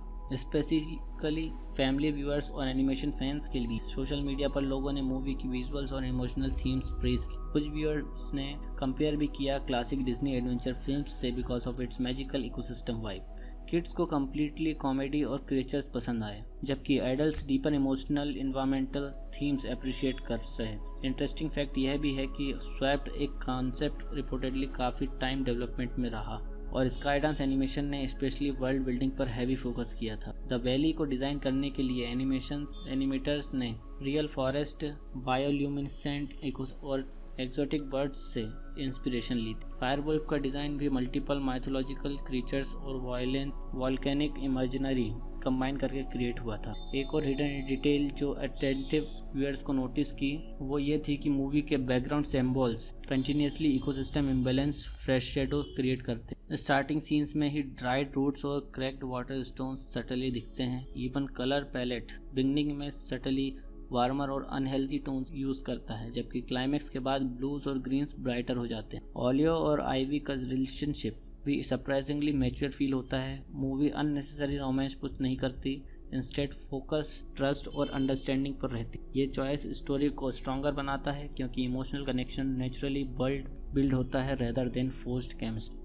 एक ऐसी दुनिया इमेजिन करो जहाँ जंगल के अंदर हर चीज जिंदा फील होती, हवा भी, पानी भी और पेड़ों की सांसें भी। लेकिन इसी खूबसूरत दुनिया के बीच एक ऐसा राज छुपा हो जो सिर्फ एक गलती से पूरे इकोसिस्टम को बर्बाद कर सकता। और फिर एक दिन दो जानवर जो एक दूसरे को देखना भी पसंद नहीं करते, एक मिस्टिकल प्लांट की वजह से अपनी बॉडी स्वैप कर लेते हैं। सोचो, तुम्हारी आंखों के सामने तुम्हारी आइडेंटिटी ही छिन जाए, तुम्हारी आवाज, तुम्हारी स्पीड, तुम्हारी स्ट्रेंथ, सब कुछ किसी और का हो जाए और उसके बाद तुम्हें उसी इंसान के साथ मिलकर सरवाइव करना पड़े जिसे तुम अपना सबसे बड़ा एनिमी समझते। स्वैप्ड सिर्फ एक एनिमेटेड कॉमेडी नहीं है, ये सर्वाइवल, आइडेंटिटी, ट्रस्ट और नेचर के बैलेंस की स्टोरी है जो धीरे धीरे एक इनोसेंट एडवेंचर से डार्क मिस्ट्री में ट्रांसफॉर्म होती। 2026 में रिलीज हुई स्वैप्ड को डायरेक्ट किया है नाथन ग्रेनो ने, जो डिज्नी की लेजेंडरी एनिमेटेड फिल्म टैंगल्ड के डायरेक्टर भी रह चुके हैं। ये मूवी स्काईडांस एनिमेशन के अंडर बनी है और नेटफ्लिक्स पर एक्सक्लूसिवली रिलीज हुई थी 1 मई 2026 को। रन टाइम लगभग 1 घंटा 42 मिनट का है, लेकिन विजुअली ये मूवी इतनी डिटेल्ड और इमर्सिव फील होती है कि ऑडियंस ऑलमोस्ट द वैली नाम की फैंटेसी दुनिया का हिस्सा बन जाती। वॉइस कास्ट भी काफी इंटरेस्टिंग है, जहाँ माइकल बी जॉर्डन ने ओलियो का वॉइस दी है, जूनो टेम्पल ने आइवी को, और सपोर्टिंग कास्ट में Tracy Morgan, cardiac the entertainer और जस्टिना मकाडो जैसे टैलेंटेड एक्टर्स इंक्लूडेड हैं। रिलीज के बाद क्रिटिक्स का रिएक्शन मिक्स्ड रहा। कुछ लोगों ने मूवी की विजुअल्स और वर्ल्ड बिल्डिंग को ब्रेथटेकिंग बोला, जबकि कुछ क्रिटिक्स ने कहा कि बॉडी स्वैप ट्रूप फ्लेमिलियर लगता है। लेकिन ऑनेस्टली अगर आप सिनेमैटिक एनिमेटेड एडवेंचर्स एंजॉय करते हो जहां इमोशंस और फैंटेसी नेचुरली ब्लेंड होते हैं, तो ये मूवी काफी इंगेजिंग एक्सपीरियंस देती। मूवी की शुरुआत होती है द वैली से, एक मैजिकल इकोसिस्टम जो इतना कलरफुल और अलाइव लगता है कि हर फ्रेम वॉलपेपर जैसा फील दे। फ्लोटिंग स्पोर्ट्स हवा में ग्लो कर रहे हैं, रिवर्स नियॉन ब्लू शाइन करती और जाइंट ट्रीज लिटरली क्लाउड्स के ऊपर तक जाते दिखते हैं। लेकिन इस पैराडाइज के अंदर एक साइलेंट प्रॉब्लम स्लोली ग्रो कर रही। पानी कम हो रहा है, रिवर्स ड्राई होने लगती हैं, क्रीचर्स माइग्रेट कर रहे हैं और जंगल के एल्डर्स एक पुरानी प्रोफेसी की बात करने लगे। फायरवुल्फ की प्रोफेसी एक लेजेंडरी प्रेडेटर जो सपोर्टेड तब लौट कर आता है जब वैली का बैलेंस टूटने लगता। इसी इन्वायरमेंट में हम मिलते हैं ओलियो से। ओलियो एक पुक्यो है, स्मॉल वुडलैंड क्रीचर जो हाइपर एक्टिव, क्यूरियस और थोड़ा रेकलेस नेचर का होता। माइकल बी जॉर्डन की वॉइस एक्टिंग कैरेक्टर को काफी एनर्जेटिक पर्सनैलिटी देती। ओलियो हर चीज को एडवेंचर समझता है, रूल्स फॉलो करना उसके लिए बोरिंग है। उसका फैमिली क्लैन हमेशा सर्वाइवल मोड में रहता है क्योंकि प्रोकोस नेचुरली वीकर स्पीसीज मानी जाती। इसलिए ओलियो का ड्रीम होता है प्रूव करना कि वो सिर्फ एक स्केर्ड क्रीचर नहीं। लेकिन प्रॉब्लम यह है कि उसकी इम्पल्सिव पर्सनालिटी उसे बार बार डेंजर में डाल देती। दूसरी साइड पर हम देखते हैं आइवी को। आइवी एक मैजेस्टिक ब्राइट ग्रीन बर्ड है जिसे जवान स्पीसीज बोला जाता है। जवान्स वैली का स्काई गार्डियंस माने जाते हैं। वो एलिगेंट, डिसिप्लिन्ड और प्राउड होते हैं। आइवी का कैरेक्टर ओलियो के कंप्लीट अपोजिट है, काम, इंटेलिजेंट और इमोशनली ग्राउंडेड। उसकी स्पीसीज पोकोस को नॉनसेंस समझती और ऑनेस्टली आइवी भी एग्जैक्टली वही सोचते। उसके लिए ओलियो जैसे क्रीचर्स इररिस्पॉन्सिबल और केओटिक होते हैं जो इकोसिस्टम को और अनस्टेबल बना देते हैं। मूवी का फर्स्ट मेजर इंटरेक्शन तब होता है जब oleo secretly restricted forest area में घुस जाता है। वहाँ एक ग्रोइंग मैजिस्टिकल प्लांट होता है जिसके बारे में लेजेंड्स हैं कि उसमें एंशिएंट एनर्जी एग्जिस्ट करती। ओलियो नेचुरली क्यूरियोसिटी में उस प्लांट को टच कर लेता है। उसी मोमेंट आईवी भी वहां आ जाती है क्योंकि उसका काम सेक्रेट जोन्स प्रोटेक्ट करना होता। दोनों की आर्ग्यूमेंट इंस्टेंटली स्टार्ट हो जाती है। आईवी उसे ब्लेम करती है कि उसकी स्टुपिडिटी की वजह से वैली और अनस्टेबल हो सकता। ओलियो भी डिफेंसिव हो जाता है और फिर एक्सीडेंटली दोनों मेस्टिकल रूट्स के अंदर घुस जाते हैं। जो सीन उसके बाद आता है वो विजुअली मूवी का सबसे creative sequence. Entire screen colours और डिस्टॉर्टेड एनर्जी वेव्स से फिल हो जाती है। फॉरेस्ट लिटरली रिएक्ट करने लगता है, ट्रीज शेक करते हैं, ग्लोइंग स्पोर्ट्स एक्सप्लोड करते हैं और फिर सडन साइलेंस। नेक्स्ट मॉर्निंग जब ओलियो उठता है तो उसे रियलाइज होता है कि उसके विंग्स हैं और आईवी जब अपनी रिफ्लेक्शन देखती है तो वो स्क्रीम कर उठ क्योंकि अब वो एक टाइनी पोको बॉडी में ट्रैप्ड है। इनिशियली ये सीक्वेंस कॉमेडी से भरा हुआ है। ओलियो फ्लाइंग कंट्रोल नहीं कर पाता, बार बार क्रैश करता है। आईवी ग्राउंड पे बैलेंस लूज करती रहती है, लेकिन मूवी स्मार्टली कॉमेडी को सिर्फ सरफेस लेवल पे यूज करती। धीरे धीरे आइडेंटिटी क्राइसिस और एम्पैथी का थीम बिल्ड होना स्टार्ट हो। ओलियो पहली बार रियलाइज करता है कि आईवी की लाइफ उतनी इजी नहीं जितनी वो इमेजिन करता। स्काई पोर्टर्स एग्जॉस्टिंग है, एक्सपेक्टेशंस ह्यूज हैं, हर जवान से परफेक्शन एक्सपेक्ट की जाती है। दूसरी साइड आईवी को समझ आता है कि पूको लाइफ कांस्टेंट फियर और सर्वाइवल से भरी है। टाइनी साइज की वजह से ऑलमोस्ट हर प्रेडेटर उसके लिए थ्रेट है। ये बॉडी स्वैप ग्रेजुअली दोनों को एक दूसरे की रियलिटी फील करवाता है। इसी बीच वैली की ड्रॉट कंडीशन और डेंजरस होने लगती। लेक्स ड्राई हो रहे होते हैं, क्रॉप्स फेल हो रहे होते हैं और रूमर्स स्प्रेड होने लगते हैं कि फायरवॉल्फ नियर बाय फॉरेस्ट देखा गया। फायरवॉल्फ मूवी का सबसे मिस्टीरियस एलिमेंट। एंटायर फिल्म उसके अराउंड टेंशन बिल्ड करती रहती। कोई क्लियरली नहीं जानता कि वो रियल है या सिर्फ कुछ क्रीचर्स उसे डेमन समझते हैं, कुछ बिलीव करते हैं कि नेचर का पनिशमेंट है। ओलियो और आईवी इनिशियली सिर्फ अपने ओरिजिनल बॉडीज वापस पाना चाहते हैं, लेकिन जब वो मिस्टिकल प्लांट के पास दोबारा जाते हैं तो पता चलता है कि प्लांट ऑलमोस्ट डेड हो चुका क्योंकि वैली की एनर्जी इम्बैलेंस हो रही। एक एंशिएंट क्रीचर उन्हें बताता है कि अगर ड्रॉट कंटिन्यू हुई तो स्वैप परमानेंट हो सकता और सिर्फ एक हिडन वाटर सोर्स ही वैली को रिस्टोर कर सकता। यहाँ से मूवी फुल एडवेंचर मोड में एंटर करती। दोनों फोर्स्ड पार्टनरशिप में डेंजरस जर्नी स्टार्ट करती। इस जर्नी के थ्रू मूवी अपनी वर्ल्ड बिल्डिंग फुली एक्सप्लोर करती। Floating caves, glowing marshlands, underground crystal rivers, हर लोकेशन विजुअली यूनिक फील होती है। नाथन ग्रेनो का डायरेक्शन यहाँ क्लियरली शाइन करता है। Survival sequences genuinely Disney style cinematic magic feel देते हैं। जर्नी का दौरान सपोर्टिंग कैरेक्टर्स भी एंटर हो। ट्रेसी मॉर्गन का कैरेक्टर वूगल स्पेशली स्टैंड आउट करता है। वूगल एक weird but hilarious scavenger creature है जो हाफ टाइम फेक स्टोरीज सुनाता रहता है और half time accidentally useful information दे देता है। उसकी कॉमेडी टाइमिंग मूवी को लाइटर टोन देती। जब नैरेटिव डार्कर होता स्टार्ट होता है, क्रेडिट द एंटरटेनर का कैरेक्टर एक ओल्ड वंडरर है जो वैली के फॉरगेटन हिस्ट्री के बारे में जानता। उसके डायलॉग सटल फोरशैडोइंग से भरे होते हैं। मूवी का इमोशनल कोर स्लोली स्ट्रॉन्गर होता जाता है। एक सीन में आईवी पहली बार ओलियो के फैमिली क्लैन को देखती है जो ड्रॉट की वजह से फूड रेशन कर रहा होता है। टाइनी पोको चिल्ड्रन फियर में रहता है क्योंकि प्रेडेटर्स उन्हें इजीली प्रे समझते हैं। आईवी को रियलाइज होता है कि प्रिविलेज्ड स्काई लाइफ ने उसे ग्राउंडेड रियलिटी से डिस्कनेक्टेड बना दिया था। दूसरी साइड ओलियो एक मोमेंट में आईवी की मेमोरीज डिस्कवर करता है जब मिस्टिकल एनर्जी एक्सीडेंटली एक्टिवेट होती। उसे पता चलता है कि आईवी पर बचपन से प्रेशर था परफेक्ट गार्डियन बनने। फेलियर का फियर उसे इमोशनली डिस्टेंट बना चुका है। मूवी का मिडिल पोर्शन काफी लेयर्ड हो जाता है। स्पेसिफिकली ये एक फन फैंटेसी एडवेंचर लगता है, लेकिन अंडर द सरफेस ये प्रीजुडिस और पर्सपेक्टिव चेंज की स्टोरी है। दोनों कैरेक्टर्स ग्रेजुअली एक दूसरे की स्ट्रेंथ अप्रिशिएट करना स्टार्ट करते हैं। ओलियो आईवी को डिसिप्लिन और इंटेलिजेंस को से इम्प्रेस होता है।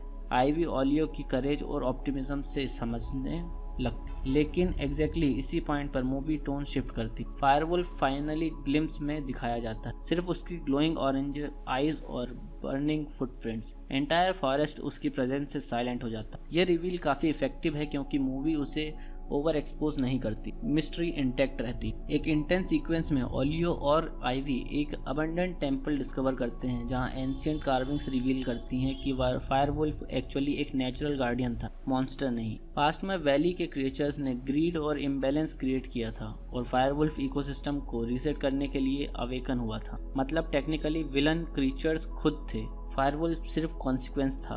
ये रिविलेशन मूवी को डीपर मीनिंग देता है। ड्रॉट किसी रैंडम डिजास्टर की वजह से नहीं हो रहा था। वैली एक डिफरेंट स्पीसीज ईयर्स से रिसोर्सेज एक्सप्लॉइट कर रहे थे while blaming each other. Jawans sky resources control करते थे, ग्राउंड स्पीसीज वाटर एक्सेस के लिए स्ट्रगल करती थी। स्लोली इकोसिस्टम कोलैप्स अनअवॉइडेबल हो गया था। आइवी इस ट्रुथ को एक्सेप्ट नहीं कर पाती इनिशियली, उसके लिए उसकी स्पीसीज ऑनरेबल गार्डियंस थी, लेकिन एविडेंस क्लियरली शो करता है कि इम्बैलेंस का मेजर रीजन पावर हायरार्की थी।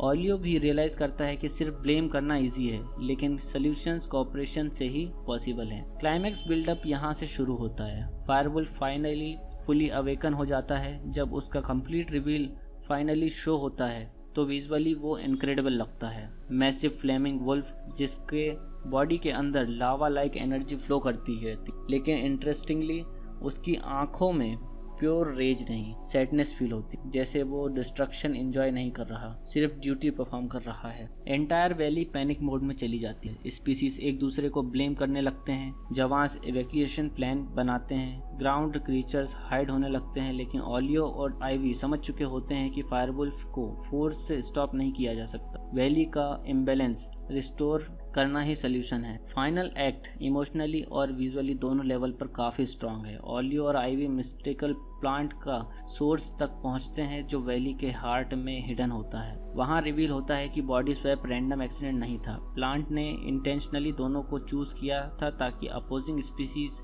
एक दूसरे को समझ सकें। नेचर लिटरली उन्हें फोर्स कर रही थी एम्पैथी लर्न करने के लिए। एक पावरफुल सीक्वेंस में आइवी अपनी स्पीसीज के अगेंस्ट स्टैंड लेती है और एडमिट करती है कि गार्डियंस भी रिस्पॉन्सिबल थे इम्बैलेंस के लिए। ओलियो भी अपनी इम्पल्सिव मिस्टेक्स एक्सेप्ट करता है। दोनों together ancient water channels reactive करते हैं। एंटायर वैली में वो वाटर फ्लो वापस स्टार्ट होता है, रिवर्स ग्लो करने लगती हैं, डेड प्लांट्स रिवाइव होने लगते हैं, लेकिन एग्जैक्टली जब लगता है सब ठीक हो गया, फायरवुल्फ उनके सामने आ जाता है। Final confrontation traditional action battle जैसा नहीं है, यहाँ मोर इमोशनल और सिंबॉलिक है। फायरवुल्फ अटैक नहीं करता इमीडिएटली, वो ऑब्जर्व करता है जैसे जज कर रहा हो कि वैली चेंज डिजर्व करती है या नहीं। ओलियो और आइवी उसके सामने खड़े होते हैं डिस्पाइट फियर, और फिर स्लोली फायरवुल्फ की फ्लेम्स काम होने लगते हैं, उसकी बॉडी डिजॉल्व होने लगती है और ग्लोइंग पार्टिकल्स में, जैसे वो सेटिस्फाइड हो कि बैलेंस स्टोर हो रहा है। ये सीन काफ़ी पोएटिक फील देता है, लेकिन मूवी यहाँ कम्प्लीटली हैप्पी एंडिंग नहीं देती। बॉडी स्वैप रिवर्स होने लगता है, लेकिन प्रोसेस इनकम्प्लीट फील होता है।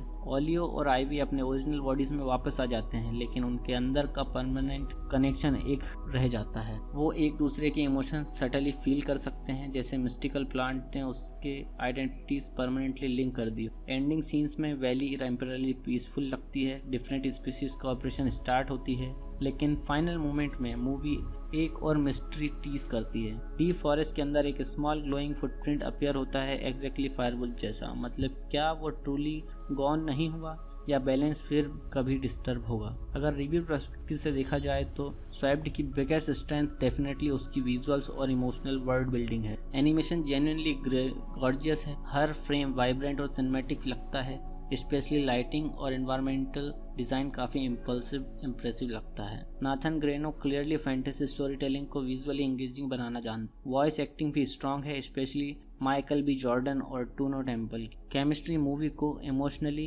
ग्राउंडेड रखती है। मूवी का साउंड ट्रैक भी काफ़ी ग्राउंडेड एलिमेंट है, सॉफ्ट ऑर्केस्ट्रल म्यूजिक और ट्राइबल फैंटेसी टोन्स सीन्स को इमर्सिव बना देते हैं। फायरवुल्फ related themes specially haunting feel देते हैं। एक्शन सीन्स स्मूथ हैं, लेकिन मूवी का फोकस इमोशनल स्टोरी टेलिंग पर ज़्यादा है। हाँ, क्रिटिक्स का एक पॉइंट वैलिड था कि body swap trope completely fresh नहीं लगता, कुछ स्टोरी बीट्स प्रेडिक्टेबल फील होते हैं, ऑडियंस इजीली गेस कर सकती है कि एनिमीज इवेंचुअली फ्रेंड्स बनेंगे, लेकिन मूवी की एग्जीक्यूशन और इमोशनल सीनरी उस फैमिलियर फार्मूला को एंटरटेनिंग बना देती। ये फिल्म ओरिजिनली से ज़्यादा एक्सपीरियंस पर रिले करती। ऑडियंस रिस्पॉन्स जनरली पॉजिटिव रहा, स्पेसिफिकली फैमिली व्यूअर्स और एनिमेशन फैंस के लिए। सोशल मीडिया पर लोगों ने मूवी की विजुअल्स और इमोशनल थीम्स प्रेज की। कुछ व्यूअर्स ने कंपेयर भी किया क्लासिक डिज्नी एडवेंचर फिल्म्स से because of its magical ecosystem vibe. Kids को कम्प्लीटली कॉमेडी और क्रिएचर्स पसंद आए, जबकि adults deeper emotional environmental themes appreciate कर रहे थे। इंटरेस्टिंग फैक्ट यह भी है कि स्वैप्ड एक कॉन्सेप्ट रिपोर्टेडली काफ़ी टाइम डेवलपमेंट में रहा और स्काईडांस एनिमेशन ने स्पेशली वर्ल्ड बिल्डिंग पर हैवी फोकस किया था। द वैली को डिज़ाइन करने के लिए एनिमेटर्स ने रियल फॉरेस्ट, बायोल्यूमिनेसेंट और एक्सोटिक बर्ड्स से इंस्पिरेशन ली थी। फायरवुल्फ का डिज़ाइन भी मल्टीपल माइथोलॉजिकल क्रीचर्स और वायलेंस वॉल्केनिक इमेजिनरी कंबाइन करके क्रिएट हुआ था। एक और हिडन डिटेल जो अटेंटिव व्यूअर्स को नोटिस की वो ये थी कि मूवी के background symbols continuously ecosystem imbalance fresh shadow create करते हैं। स्टार्टिंग सीन्स में ही ड्राइड रूट्स और क्रैक्ड वाटर स्टोन्स सटली दिखते हैं। इवन कलर पैलेट बिगनिंग में सटली वार्मर और अनहेल्दी टोन्स यूज करता है, जबकि क्लाइमैक्स के बाद ब्लूज और ग्रीन्स ब्राइटर हो जाते हैं। ओलियो और आइवी का रिलेशनशिप भी सरप्राइजिंगली मैच्योर फील होता है। मूवी अननेसेसरी रोमांस कुछ नहीं करती, इंस्टेड फोकस ट्रस्ट और अंडरस्टैंडिंग पर रहती। ये चॉइस स्टोरी को स्ट्रॉन्गर बनाता है क्योंकि इमोशनल कनेक्शन नेचुरली बिल्ड होता है रेदर देन फोर्स्ड केमिस्ट्री।